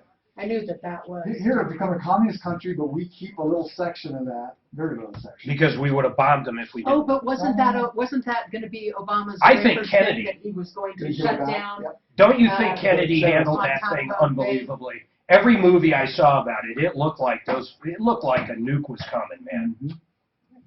There's all sorts of old spooky shit down where we live in Florida. Old listening stations and posts that are abandoned now, but back in the day. I've seen them. They're huge towers. I saw them on a show called What Is It and Why Was It Abandoned? And a bunch of those in Cuba. And a prison in Cuba that was in really the Keys on our side. Oh, on our side. We had all kinds of spooks down there. You think they're totally dead now, though? There's Well, no the purpose. locations that were listening stations for Cuba back in the 60s have been abandoned you know, they're gone away. But all that military shit down there on that southern edge of the coast is very, very spooky. It's all intelligence stuff. It's listening. It's. I mean, they just do all kinds of crazy shit. And you got a huge Coast Guard presence and stuff down there. If you had if you had a boat that can make the trip, can you go right to there now? Can you go right to Cuba and have lunch? This is Jared's. So we're allowed there now. It's, Oh. we were, What? and I heard the other day that Trump changed it again, and I don't know what that change did, but yeah, for a while, yeah. Did you ever go? No. I have no interest either. Well, the thing you don't want to do is if you go down there, like we take our boats to Bimini and stuff, you know, we drive to the Bahamas by boat. Jared's first commercial. Oh, where is he? Watch here. He's the first one that shows up. There he is. Oh, yeah. And then he's there again. There. So you know we paid the lease Guantanamo There. Bay? Isn't that cool? There's my son's. And the reason we got first it, commercial. Got what? Guantanamo Bay, was because we helped them during the Spanish-American War. But we paid $4,000 a year for leasing that. And what's he doing? Just pouring wine? It's champagne. It's Oh. Ace of Spades. It's what's his name? Jay-Z's champagne. Jay-Z's champagne. It does sound a little racist. Would you say the name of it was? Aces of Spades? Ace of Spades. It's in a gold saying. bottle, but they have them in all different colors. Now, Tom Martino, the Troubleshooter. Welcome to the show, the only show of its kind. We're here to solve your problems, take your complaints. We're also here to make people miserable that are making you miserable. That's what this show's about. Honest to goodness, I love calling out bad companies. I really do. In fact, I take a joy in it. When someone out there that is ripping people off gets exposed, we take out this big spotlight. And what's funny about light is when you shine it on cockroaches, they generally run off and scurry. It's easy to participate. 303-713-8255. Any question you have, you've been ripped off, taken advantage of, just need some help. We've got Frank Duran, the real estate man. He's back up. Josh called last hour. He bought a house in December, and it's got a lot of septic problems. He had an inspector out that apparently missed it, and we're going to find out right now from Frank. Frank, you got the disclosure on that house from Josh, right? I sure do, Mark. There's not really a whole lot on here. They disclosed that it's public and community, but there's some questions. They want to know the latest individual use permit issued, date of last inspection, date of last pumping, and none of that is marked one way or the other, so that's all left blank. It does say City of Florence Sewer, and that's pretty much it. There's not a whole lot of information given on the property disclosure. It may be because they didn't know or had the information as well. You know, real quick, Mark, our friends up in Woodland Park that moved up a few years ago, they have a private and a public, but I don't know if that's a well or a septic. I just wondered if it's the same thing for this gentleman. Oh, yeah, Mike, you're right. They have their own well, but it's not septic. They have their own well, and then they also have their own community well. It's pretty wild how they have both. But, so Frank, really, they were so elusive on there, there's really nothing to hold them to, right? Yeah, I don't see a whole lot of information on here, Mark. It's pretty basic. I mean, Josh, I don't know what you're going to do, man. They basically, there's nothing you're going to do. You know, the inspector missed it. You didn't hire someone else. You're going to end up spending that 13 or 14 grand. I don't want to sugarcoat it and say, hey, man, go get an attorney and blah, blah. I personally, if it was me, I wouldn't. I mean, it's done. It's over. You're going to have to get past it, Josh. Right.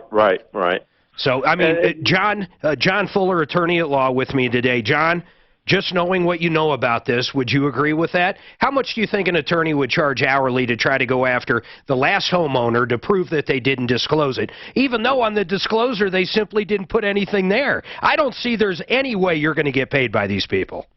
Right. Yeah. That's kind of what the lawyer said when we checked out one. And how much did they want as a retainer, or they were very straight with you and said, don't do it? He was going to say, you're going to fight for something with no proof. Yeah. You're going to get paid a lot of money, and there's no guarantee. So if you could find out, you might have a chance in hell. And Frank, help me out here. If he could prove through a neighbor and through witnesses or through a company that serviced it, that they absolutely, positively knew there was a major problem with it, would they still have to disclose it, Frank?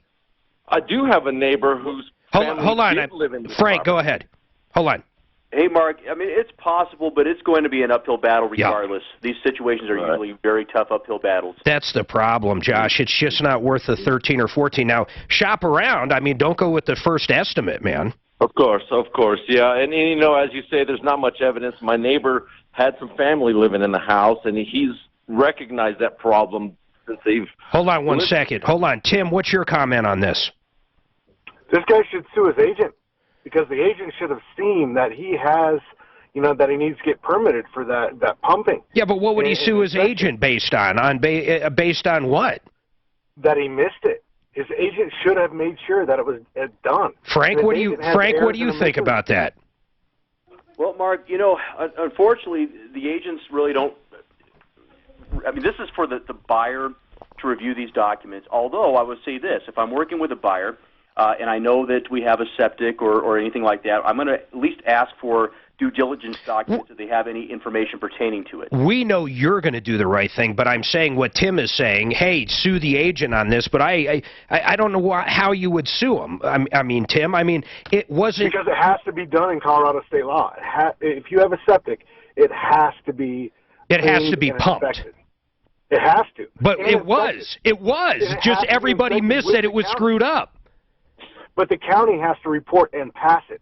If the county doesn't pass it, then you're still in limbo. Frank, what does that show on that paperwork? Did it pass or what? It doesn't show any of that, Mark, whatsoever. That's interesting. But the county does. The county does. I do have an inspection paper from the pump. Hold on, too many people talking. Frank.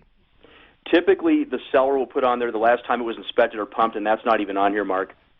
So is that any kind of loophole, though, that would help this guy? I just don't think so.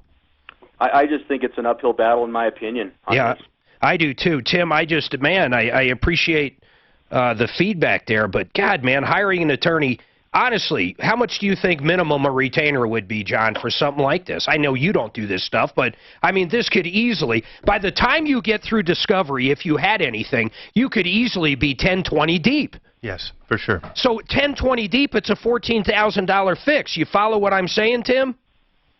Of course I do, but that's why the agent has errors and omissions insurance. I don't know what they did that was an error or omission, though. It wasn't his job to inspect it. It wasn't his job to inspect it, but he has to make sure that it's there. I don't know if that's correct. Frank, is that correct? I'm trying to figure that out. Mark, I missed part of that. It cut out. Tim, state exactly what you're saying. The realtor or the agent has to go ahead.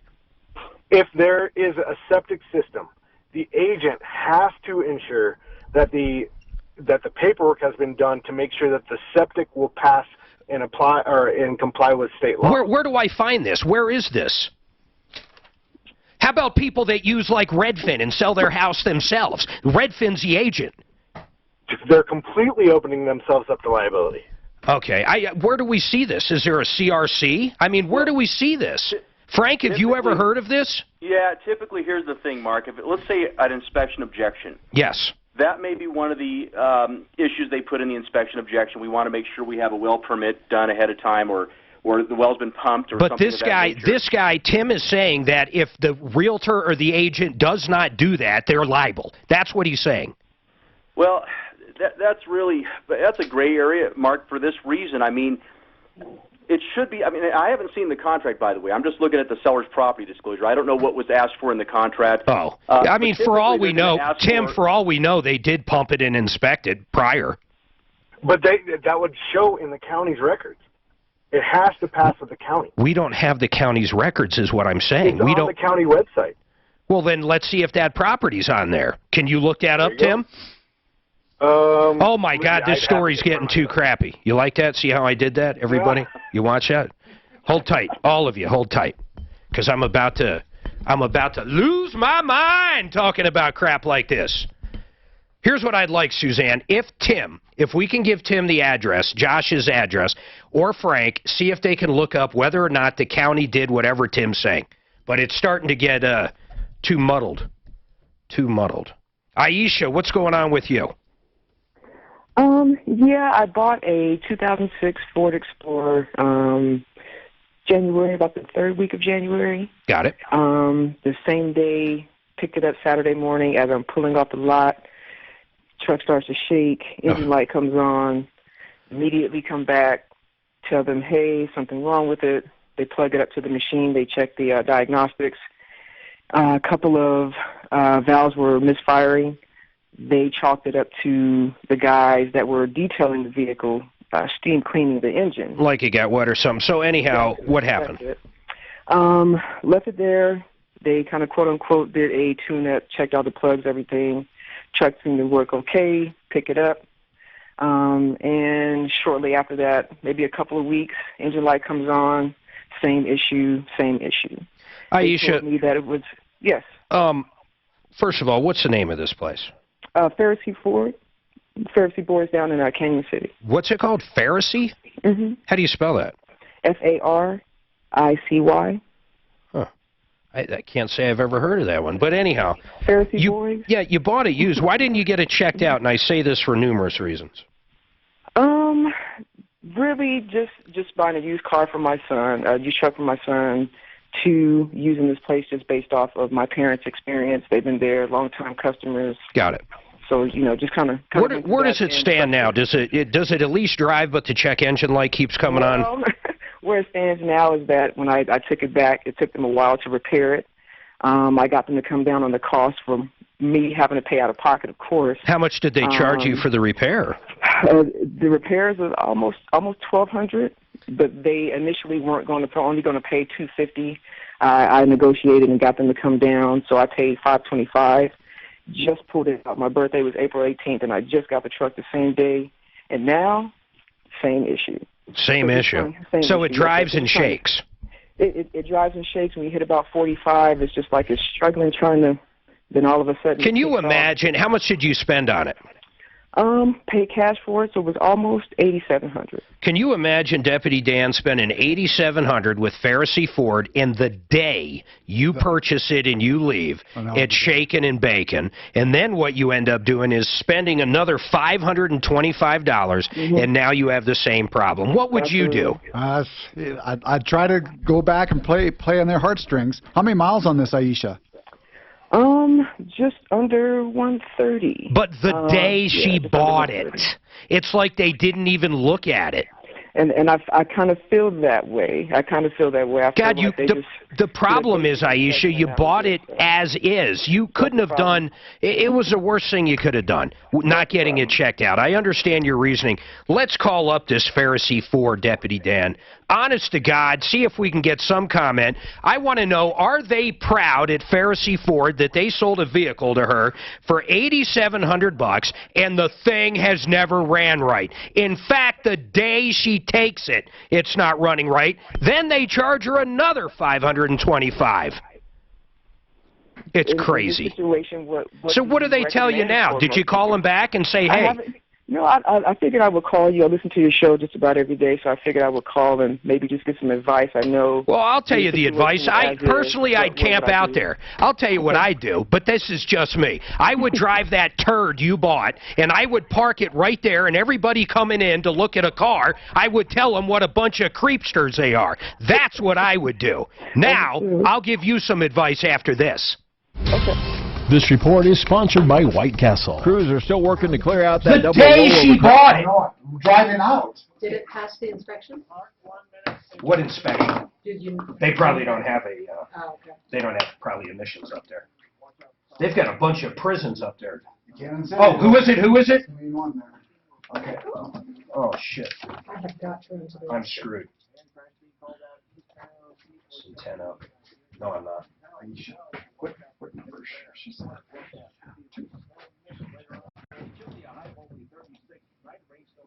What would you do, John? In reality, what would you do? Well, you probably wouldn't have bought it. That's the problem. But if you did buy it. So that was an email from you. Somebody came onto my website and sent that through. Yes, that's what Okay, hold on a minute. Okay. 60? I don't know, Mark. All right, the stem cell experts, Centeno Schultz, they have a really cool seminar coming up in the Tech Center. In fact, Martino will be there. I'll be there. You got to check it out. It's on the 6th. I'm going to give you a call. They don't have unlimited seating by any means, but if you have any kind of pain, shoulder pain, maybe a rotator cuff, an ACL tear, knee pain, anything, and you want to avoid surgery, what I love about these guys is they're going to give you the straight skinny on it. If it's not right for you, they're going to let you know. If stem cells can help you without surgery, then maybe, or even maybe recovering from surgery to stem cells. But these are the real guys. These aren't these chiropractors that sell it. These are the real deal MDs. They actually extract and get the stem cells right from you or harvest them and then use guided injections to put them where you need them. See if you're a candidate. Coming right up on the 6th. Ready? Call them right now. 303-963-9201. I hope to see you there. 303-963-9201. AvoidSurgeryToday.com. God, these headphones are... I say I like the cheap ones, not to the point where they fall apart every 5 seconds.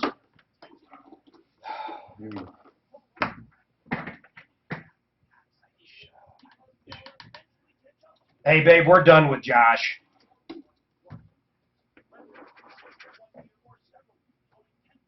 Tim, another comment? I thought you wanted that guy running the address. He was doing that right now. Oh, very cool. Tim, or whatever his name is. My mom RSVP'd.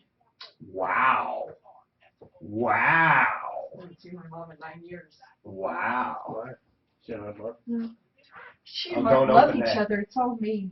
Yeah. It's all me. No, you...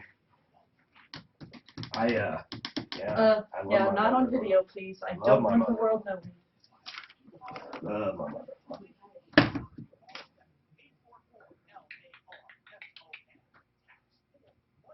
I hate you're slipping full.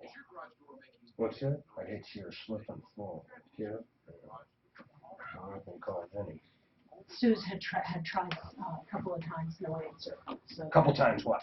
oh, to get this guy on. I love New York. You mean, Jared there's loves nothing I it. can do with this guy, you know. What guy? Oh. Do I want to know? Sure. Suzanne, he was on our call list. Suzanne's tried to call a couple of times. Isn't that cool? And I had just liked them because I knew that this was going to come out. And What's that? my The son's wine thing? No. son's commercial.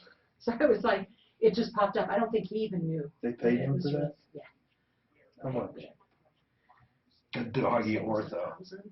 How much? 1,000 Oh my goodness. for I don't know 4 or 5 hours. Of course, he hasn't got paid yet. He hasn't Right. seen money yet. But Oh man. and he's not with an agent, so they keep a small percentage. No. He'll probably I think get 800 or 900 of it. God, time is flying. Yep. It is. Okay, what do you want to talk about, John? Give me something, bro. Shit, I don't know. I'm going to do first thing in an accident. Boom.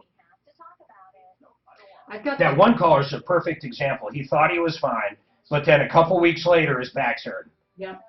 Yeah. So the reason that dude was a problem was because he had only gone. He let a month go by Without doing anything. I can't do anything with that. I don't care how fucked up Yeah. you are. I can't unring the bell. You know. I had a guy this morning. Just a dumbass, okay? I mean, not really a dumbass. I shouldn't say. His daughter got hurt, okay? Bad accident. Haven't done anything for like 10 days. Why? Well, you know, money's kind of tight around here. We're on medication. Brings you choices that don't require an in-person meeting with an agent, and in most cases, there's no need for a doctor's appointment. Feel better. Yeah, I do. Ethos, life insurance made simple. Apply online in just 10 minutes. Get a free instant quote now at ethoslife.com. That's The ETHO. car your daughter was in, but yours stacks on top of it. So you got 10 grand of available med pay. And it's just the bottom line. People don't fucking understand how this shit works. You know, they just don't get it. You're saying that med pay, everybody should do it. Yeah, for sure. Yeah. I don't care how good your health insurance is. Yeah. I mean, Mark, we don't want to get into the discussion about these hospitals and the bullshit that we've gone through. That's too much to do in a blurb, you know? All right, 303-713-8255. Deputy Dan, did you call over to this dealership? This poor woman bought a 2006 Explorer. I did, and I was going to talk to Paul, the service manager, and he is out. We'll be back tomorrow, so we're going to put this off, and I'll get a hold of him tomorrow and find out what's going to go on. Aisha, what are you hoping? What are you hoping we can pull off for you? I'm really just hoping that, you know, I can take it back if they can and they can fix it properly. Fix it properly. That's it. Hey, what did they do that first time that was going to be $1,200? I mean, I realize you only paid $525, but what was that repair? The actual repair was and don't quote me on it, it's something to do with the transmission computer module, I believe. Huh. Because they said there was nothing wrong with the coils. They checked everything in the engine. I thought you said they changed spark plugs. They changed the spark plugs. That was the first time. The very first day, driving off the lot, took it back. They checked the spark plugs. Everything was good. Where are you located? I live here in Fountain. Okay. Well, actually, you're not too far from what I might want to do. When are you going to bring it back up? When I'm available pretty much any day. So whenever if I can take it tomorrow, I'll take it tomorrow. Well, what I was thinking, before you bring it up, I wonder if we could call in a favor at Honest Accurate. These guys are great. They have 2 locations in the Springs. I'd like them to look at it real quick so we have an idea of really what's going on with it. Okay. Let me see if I can't get Jesse on. Hold on a second. Suzanne, could we try to get either Jesse, who else is one of the people down there? Bola. Oh, either of those would be great. Bola's really smart. 303-713-8255. John Fuller!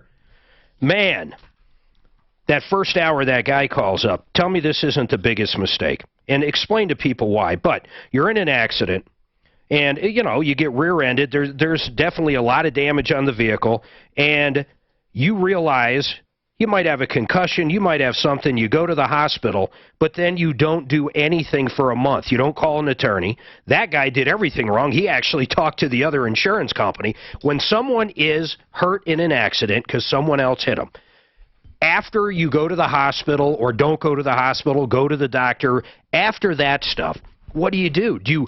Is there any time where you would want to deal with the other company's insurance company by yourself if you were injured? Well, not on the injury side. I wouldn't recommend that. I mean, we always deal with this issue where, is the property claim the same as the personal injury claim? No, they're completely separate.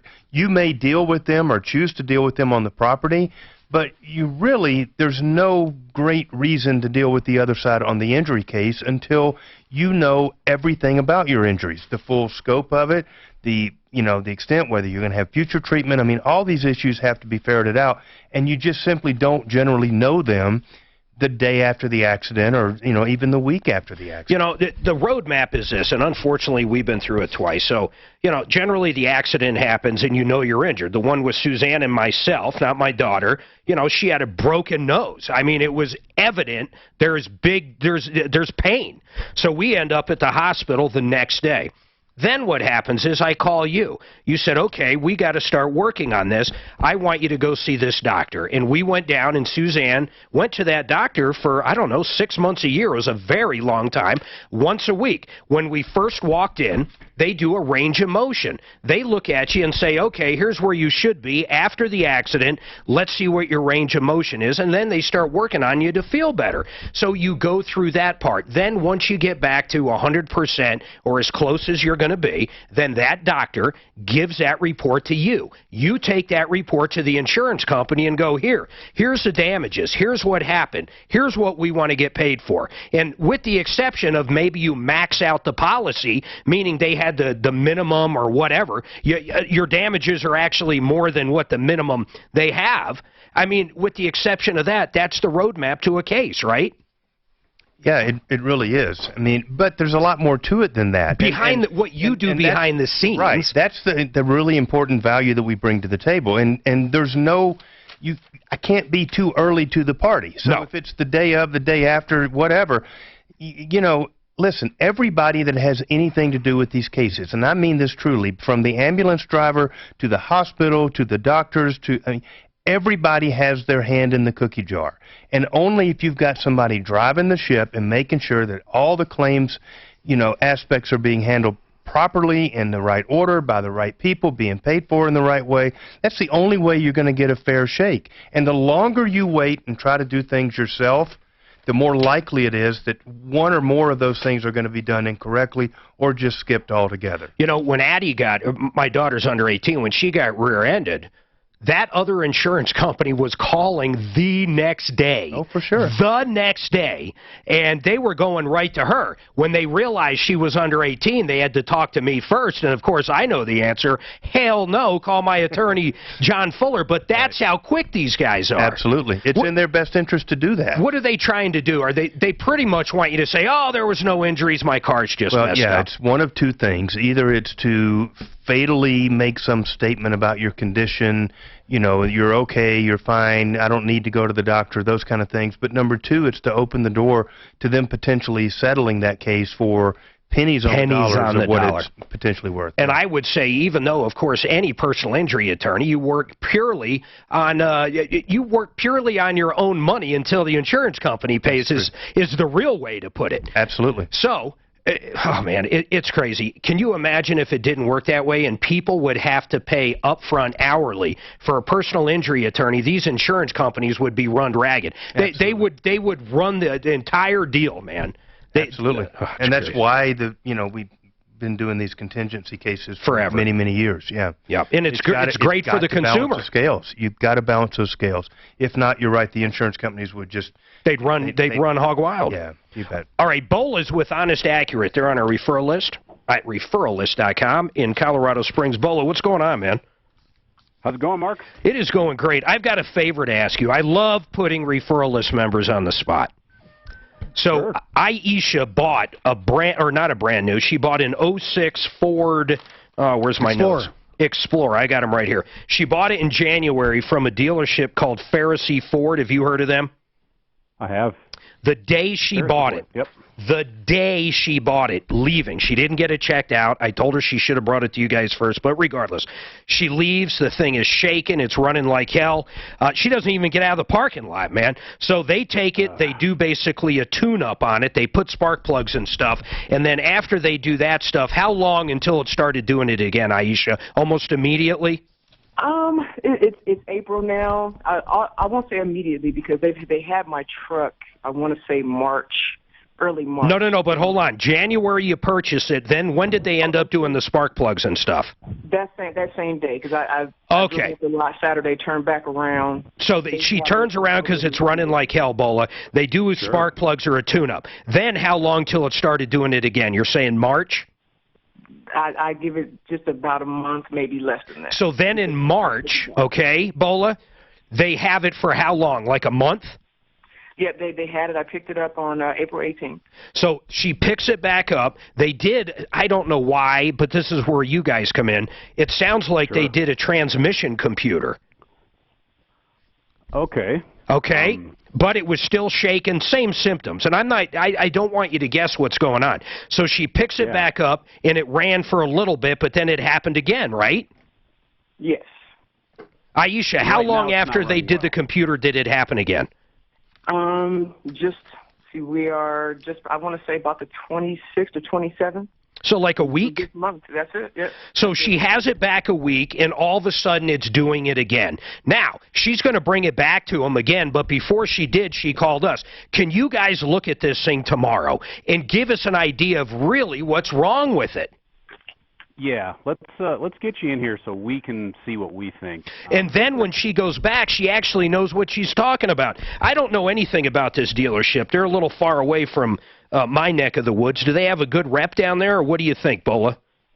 Yeah, we don't deal with them too often. They're not one of our primary dealerships, but I haven't had too many issues with them. I haven't really heard anything bad about them. So. All right, Aisha, here's what I want you to do. We're going to give you Bola's information as soon as I put you both on hold. You're going to call them up. You're going to get it down there. They're going to get us a report. And Bola, if you guys could look at it tomorrow, that'd be great, and I'll have you back on about it. But by the way, these guys, if you're in Colorado Springs, they are the best. They work on every kind of car and truck out there.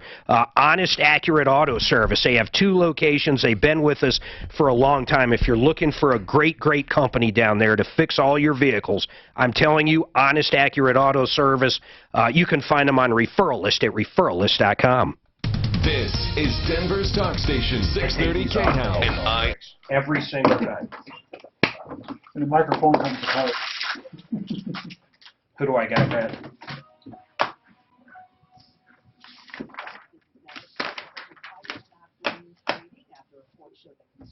That was real late. Yeah, honestly, accurate is good. Holy cow.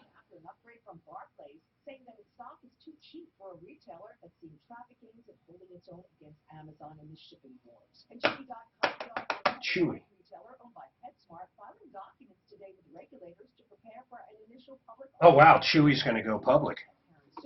I've looked up their stuff. Chewy, they do like dog food. They'll send it to your house every 3 weeks. Oh yeah. But they sell. I mean, it's PetSmart basically. In fact, I think it's owned by PetSmart. It's expensive, isn't it, or not? If you put them on. They didn't have the food we use, so I don't know. So we started using that coconut husk kitty litter. No. It is so cool. It's lightweight. No smell, very lightweight. You toss it, and it absorbs all of the urine, and it's just like Bennigan. And the poo is like it absorbs all the liquid out of the. We have 3 cats. I don't know if it would work for 3. Yeah, because and you can have it delivered a couple of times, and I tell you what, it just doubles in size, and as long as you fluff it every day, you just do a little toss. Fluff it. There's absolutely no smell, none.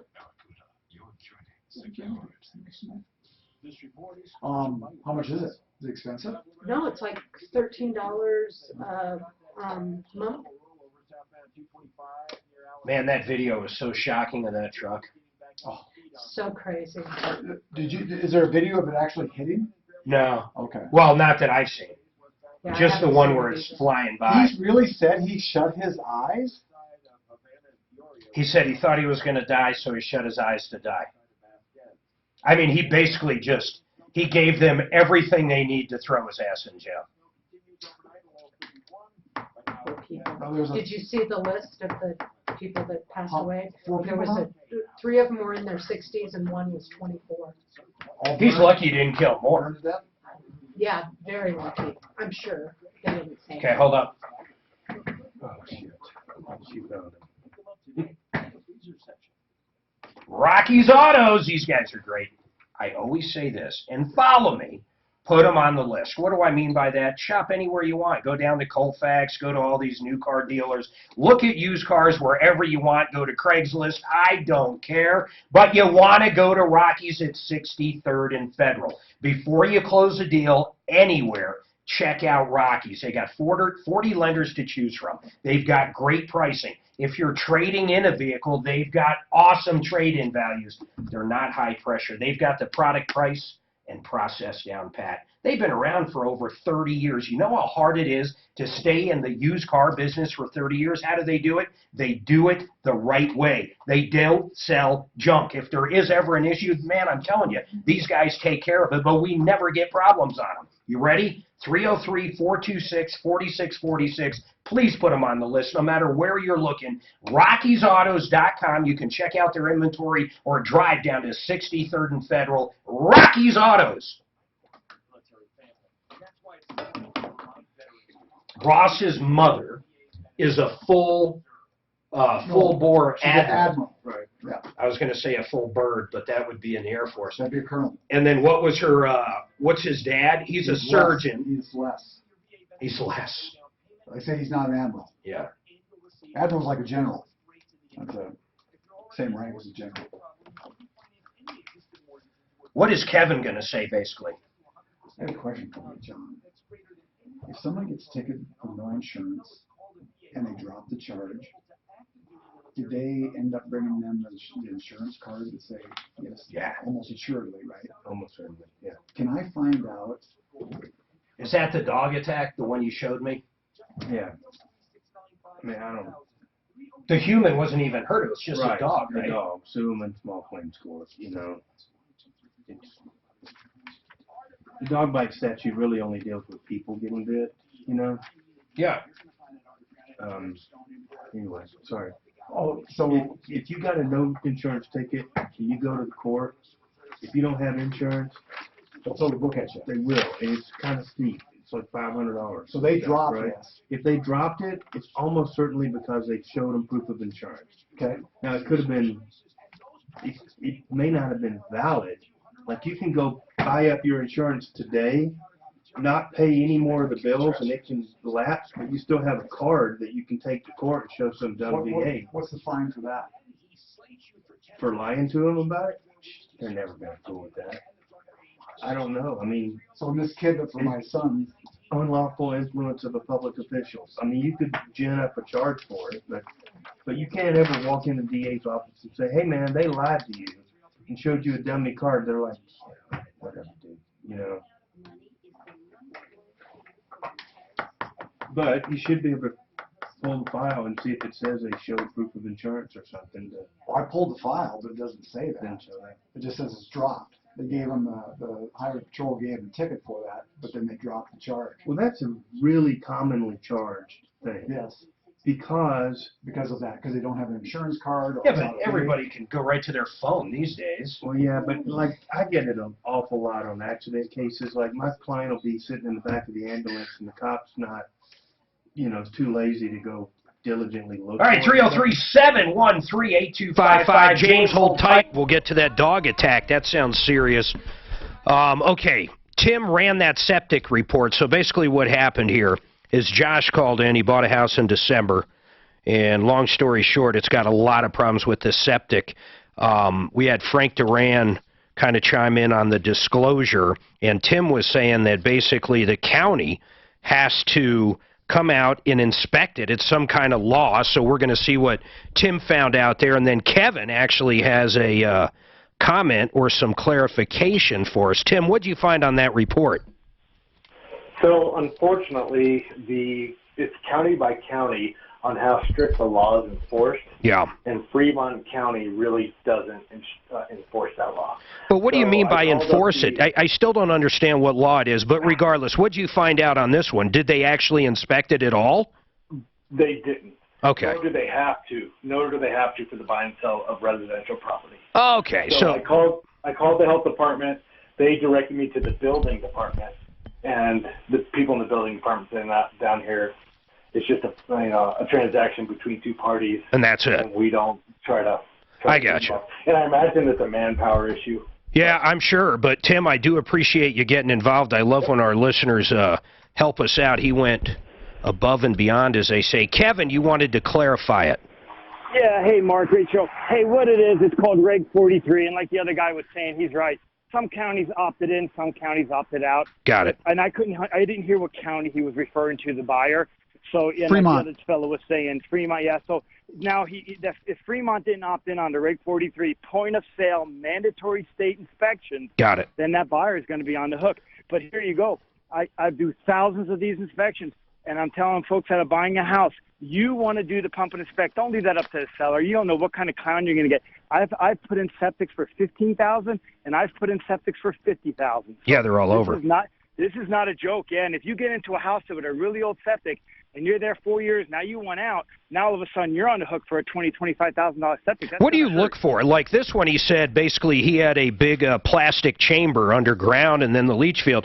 When you go out and actually inspect one, how do you tell if it's bad? The liquid level. The liquid level is the heartbeat of the whole system. So like your buyer right now, if he opens that lid, if he sees black organic matter up in the riser above the tank, that's been going on for a while. That doesn't happen overnight. That's like a little mini leach field on top of his tank right there. Wow. He should take pictures of that and address that with the lawyer. It might be more of a slam dunk than he thinks on it, but like the other fellow said, if it's not a mandatory inspection area, it's not. This guy's on the hook for this whole deal. This is a bad deal.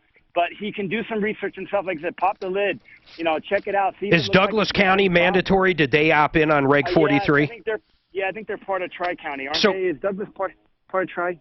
Honestly, Douglas, I think they are, but let me ask you something. So what does that mean, that they actually send out a county inspector? No. What happens is we come out. We have to go through a class with the state every 2 years. I got you. They got to send someone that's certified out to look at it. We come out, we do the pump and inspect. It has to be pumped at the time, inspect, make Got sure it. there's a permit on file, all that jazz, make sure it's working. And we're a little bit more liable than this other, situation you got now. Yeah. If I screw up a deal like that, like we joke and say, that inspection's a $20,000 liability for, information form. That's all that is to us. So you have we some wanna be kind of really insurance, though, right? Oh, yeah, sure do. And I've never been wrong in 25 years. But you got to be really careful with these. Yeah, and there you go. That's where I got that from. So, yeah, this buyer, unfortunately, is in a real pickle if the county didn't opt in on Reg 43. No, they didn't. But even more importantly, even if they did opt in, you're still crazy not to have it inspected by your own people. I mean, I don't care. Have your own, go into booking, find someone and have it pump and inspect by someone knows what they're doing, because you're going to be the one dealing with Hey, is there a lot of – I want to ask you something, not off the record, but a little different. Yeah.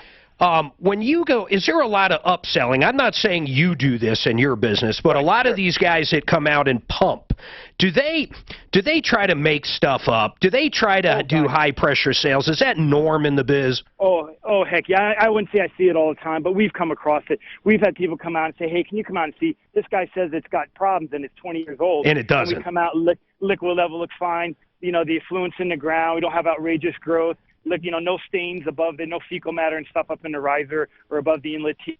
You're good to go. Where do you work mostly? Come out. I'd rather. I'm up north, and if anybody calls my office, my wife's going to kill me. We are so backlogged. No. I was just curious what area more than anything. All right. Hey, thanks, man. I appreciate it, Kevin. That clarification was great. That's what this show's about. 303-713-8255. Let's take a quick break. We're going to come back, and this one sounds horrible. A dog attack. We're going to find out what that means. This report is sponsored by... Yeah, nothing like talking about a little bit of fecal matter. Speaking of that, I happened to open the new National Geographic in my office this morning, and they have a story in there about these guys. I want to say it's... I'm going to go over on it just so you know. I don't know where it is, but this dude, it's in India or something, and... Oh, no, it's in Sri Lanka. They have these big, public latrines and shit for little communities. And who do we have tomorrow, Ben? Climbs down the goddamn hole with a bucket and stuff, and they scoop the shit out and put it in bags and then take it down to the river. That's his job, okay? So, every day, and they showed him up to here and just shit, basically. But he said, most days they take off their clothes and they just do it naked. Oh, jeez. Can you imagine infectious disease? He was like, we kind of get sick a lot. Listen. This is very important. It's only for the first 5, and this is a real deal. Before you kick on their air conditioner, you need to call up Fix It. You can go to fixmyhome.com, and you can book it there or call, but they're going to come out and they're going to clean that air conditioning unit. They're going to clean it, basically give it a tune-up and make sure it's in great shape for you. And this isn't a fake deal. Just come out there and look at it. This is a real tune-up. They're going to be out there cleaning the outside part, the inside part. They're going to get all the dirt out of there and make sure you're ready. Yeah, what do they want in exchange? They want to put that sticker on there. So if your furnace breaks down or you need any plumbing or you need any work done in the future, you know who to call. But you're not going to get a better deal out there. Right now, $68. To get that thing clean, they're going to spend probably 1-2 hours on it. And guess what?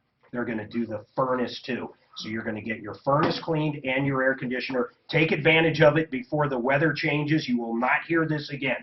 First 5, 720-526-3939. Fixmyhome.com or call them 720-526-3939. Print without glass. Down there, and they even encountered a human body down there. Oh, I bet. Bills paid. Third world countries. Where? In Mexico, they shit in holes a lot. They do a lot of countries, like in Asia. India's I think, mostly. Yeah. Right. Yeah. This dude climbs down and cleans them out, though. I just can't imagine the infectious disease. I mean, the guys here in the United States, when you think they wear gloves? They wear full, head to No toe gloves. masks, Build up a tolerance. covered, so nothing touches their body. These guys just jump right in. Oh, that's just disgusting. And it's a pretty desirable job because they make bank doing it, Yeah. I thought you were going to say that they use for fertilizer. They give them little scuba diving, No, they go down and drop it off in the fucking river. They do the snorkeling thing with the mask and the breathing thing. I tell you what, we're so lucky in this country, we don't realize what we got. Well, Then you hear headed about that way. every now and again somebody that gets down in a porta potty tank and takes pictures of people and they, Or puts a camera down there. Yeah. Oh, remember? Oh, the guy We're coming back in the into that Boulder time of Run. year, That was the most disgusting story. That dude camped out in that porta potty, and someone saw him down there, and they called the cops, and he climbed out of there, and they caught the guy. Do you remember How would you? I think. Oh my God, that is the most disgusting thing How do you I hide could ever down there? imagine. Every porta potty I go to, you go in there. the little girl that was kidnapped in the Against the 70s wall. and was thrown into a porta potty in the mountains. Oh, and it goodness. was off season, and they found her, and she had been in there probably like 3 or 4 days. Little girl, I mean, probably 4 years old, and it had like almost eaten her skin away. It was so bad. This guy, though, man, can you imagine? Do you guys remember that? Yeah, but why? That fucking that's guy. that. I'm sorry. That's Now, He's up against the wall next to Coke. They say criminally insane. If that dude ain't insane, I don't know who's insane. Absolutely. They should just let him off. disgustingly insane. Oh my God! Can you imagine? What are you in for? Really shitty story. Is that wrong? The inmates must just kill him. I mean, he's probably not alive. You can't say you're in for that. Imagine. Did you see the one where the guy almost? Oh, okay. All right, 303-713-8255. John Fuller, attorney at law. We're going to go to this James dog attack and ask him about that. But I got to stress, we were kind of talking during the break last couple times. If you're in an automobile accident and you're injured, get an attorney quick. I called John Fuller like I did, but regardless, get an attorney. Don't let it go on and on. That other insurance company, I can't express how quick they call you. It's like they must have people there 24/7 just to call after someone claims something happened. It's really remarkable. And what other advice, real quick, would you give out there? Absolutely, positively, 100% of the time, get MedPay, never waive it. You've got to have it on your policy. Yeah, and in the state of Colorado, it automatically is on there unless you opt out, right? Yeah, you can waive it, but I would highly recommend that you not do it. I don't care who tells you if you have health insurance, you can waive it. If you have Medicaid, you can waive it. No, no, no. You need to have that coverage on there. And it covers passengers, too. You and every person in your vehicle. Regardless of fault. Yeah, for sure, regardless of fault. And it also covers you in the event that you're a passenger in somebody else's vehicle. It's still going to be there to cover you. So it applies towards paying off your co-pays and deductibles. It's just fantastic coverage. It's easy, quick, fast payout. Absolutely. You don't even have to justify a boom, it's there, basically, as long as there's medical bills. Absolutely. All right, so John Fuller's phone number, by the way, 303-597-4500. Of course, you can always call him up if you're injured in an accident and get advice and talk to him. I mean, that's basically it. 303-597-4500. James, what happened with this dog attack? Well, actually, it was last Monday afternoon. Tradition, my wife gets off of work around lunchtime and takes her dog for a walk in town. We live in an area that there's a lot of parks and sidewalks, and they're just walking down the sidewalk, and unprovoked, not knowing, no barking, no nothing. I guess these things are called American Bullies. They're, I guess, a combo of pit bull and American bulldog. Your dog or a different dog? No, these two dogs came flying out of the house and attacked them from behind. Attacked who? My dog, my German Shepherd. One went for her leg and one went for her throat. So two dogs came out and attacked your dog. Was your wife hurt? No, thank God. She was able to, I guess, make enough commotion and kicking them and gotten them off. She's I would say a smallish but feisty redhead. I got you. And made enough noise that the owner came out and helped to get the dogs out. So what? Removed. So what is your question? Well, did they put the other dogs down or anything? Are they doing anything? Did they get a warning? What happened? Well, my wife couldn't give the house number, but I asked her to call her animal control officer in town. He came out. She described where she was, and he's like, "Oh, I know where you're at because I've sighted them before." Oh. And and they'll pay your vet bills, but my vet bills continue to grow, and she had a follow-up appointment, and I think this is the 5th one we've had since last Monday afternoon, that now... So did they agree to pay? Have you talked to the owner? Are they going to pay your vet bills? I have no contact, and part of the issue is I'm trying to think of a polite way of saying it. There was a communication barrier. My wife didn't speak Spanish. Okay, well, here's what I would do. I'd take them to small claims court if they're not going to pay.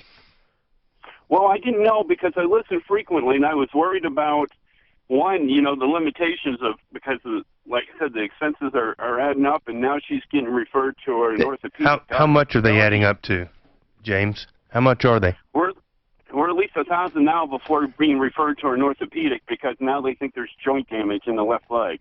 Oh, man. Okay. So the limits of small claims court is $7,500. So you've got a little ways to go before you're at risk of running out of that as an option. You'd never, there's no reason an attorney on contingency would ever take this, ever. And if you paid cash for it, you're going to pay more than probably what the damages are for the attorney. Okay. Well, the number you gives me a little bit of relief because I thought the number for small claims was a lot less. How's the dog doing now, by the way? Very lethargic. She just started eating over the weekend. She wasn't eating. Just very much different personality than the German Shepherd. We used to joke and call her the mayor of town because she would bark and talk and let everybody know. She'd go in the yard, not threaten anybody. Yeah. Just let it, do what a German Shepherd does. She's recovering, so it sounds like you're on the right path, but that's what I would do. If they're not going to pay, maybe just bring the vet bills over there, you should, and say, here, are you guys going to pay, or what's going on? So should we still then interact with the animal control officer, or just directly try to do it with the owner? On what basis did the animal control officer tell you that they would pay your vet bills? Past experience, or the result of some citation, or what? He just mentioned to my wife when he came over to take the report that they would pay for the bills. That's what he said right there, even before he left the house to go over to write them another ticket. Well, I don't think he's got... Okay, he must just have past experience with these same dogs or something. Do you think they wrote him a ticket for this incident? That is what the officer said, and each time we go to the vet, he has us scan and email him the bill. Okay, so it sounds like... Yeah, it sounds like the guy's being prosecuted, and probably as some sort of a restitution, they're gonna pay those bills. So I would be in touch with the animal control officer and expect to have some communication from the DA's office down there as far as handling that ticket, and there'll be a mechanism in that process for you to get those bills paid. Yeah, usually when we hear of a dog bite case, it's mostly a human getting bit, not another dog. Yeah, exactly. So. Okay. All right, man. Well, we appreciate it. 303-719. Nah, I'm not even going to give it out. We're up against clock. John Fuller, any closing words? Give out your number if anybody's been hurt. 303-597-4500. Give us a call. That's it. Simple as that. We've got a lot going on tomorrow, too. My goodness, we're going to do some follow-ups. Hopefully we got some good follow-ups from Friday. I don't want to bring them up right now. But one, it was a car deal, and then we had something else. So there's a ton going on. Remember, help@troubleshooter.com. Help@troubleshooter.com. We'll call you back. 303 Martino works on and off the air. We'll see you tomorrow. Oh. I would say an animal control officer, if they got more than one attack, Oh, I was just coming over should put the dogs down. Oh, I already switched it. Right? Nope. Oh. Isn't there a law? Yeah, we have one in our little subdivision that it's this fucking like blonde collie that just blends in, and we walk by and it comes out and gets to the end of its cord and it stops. But it freaks the shit out of our dog. Yeah. But I thought they were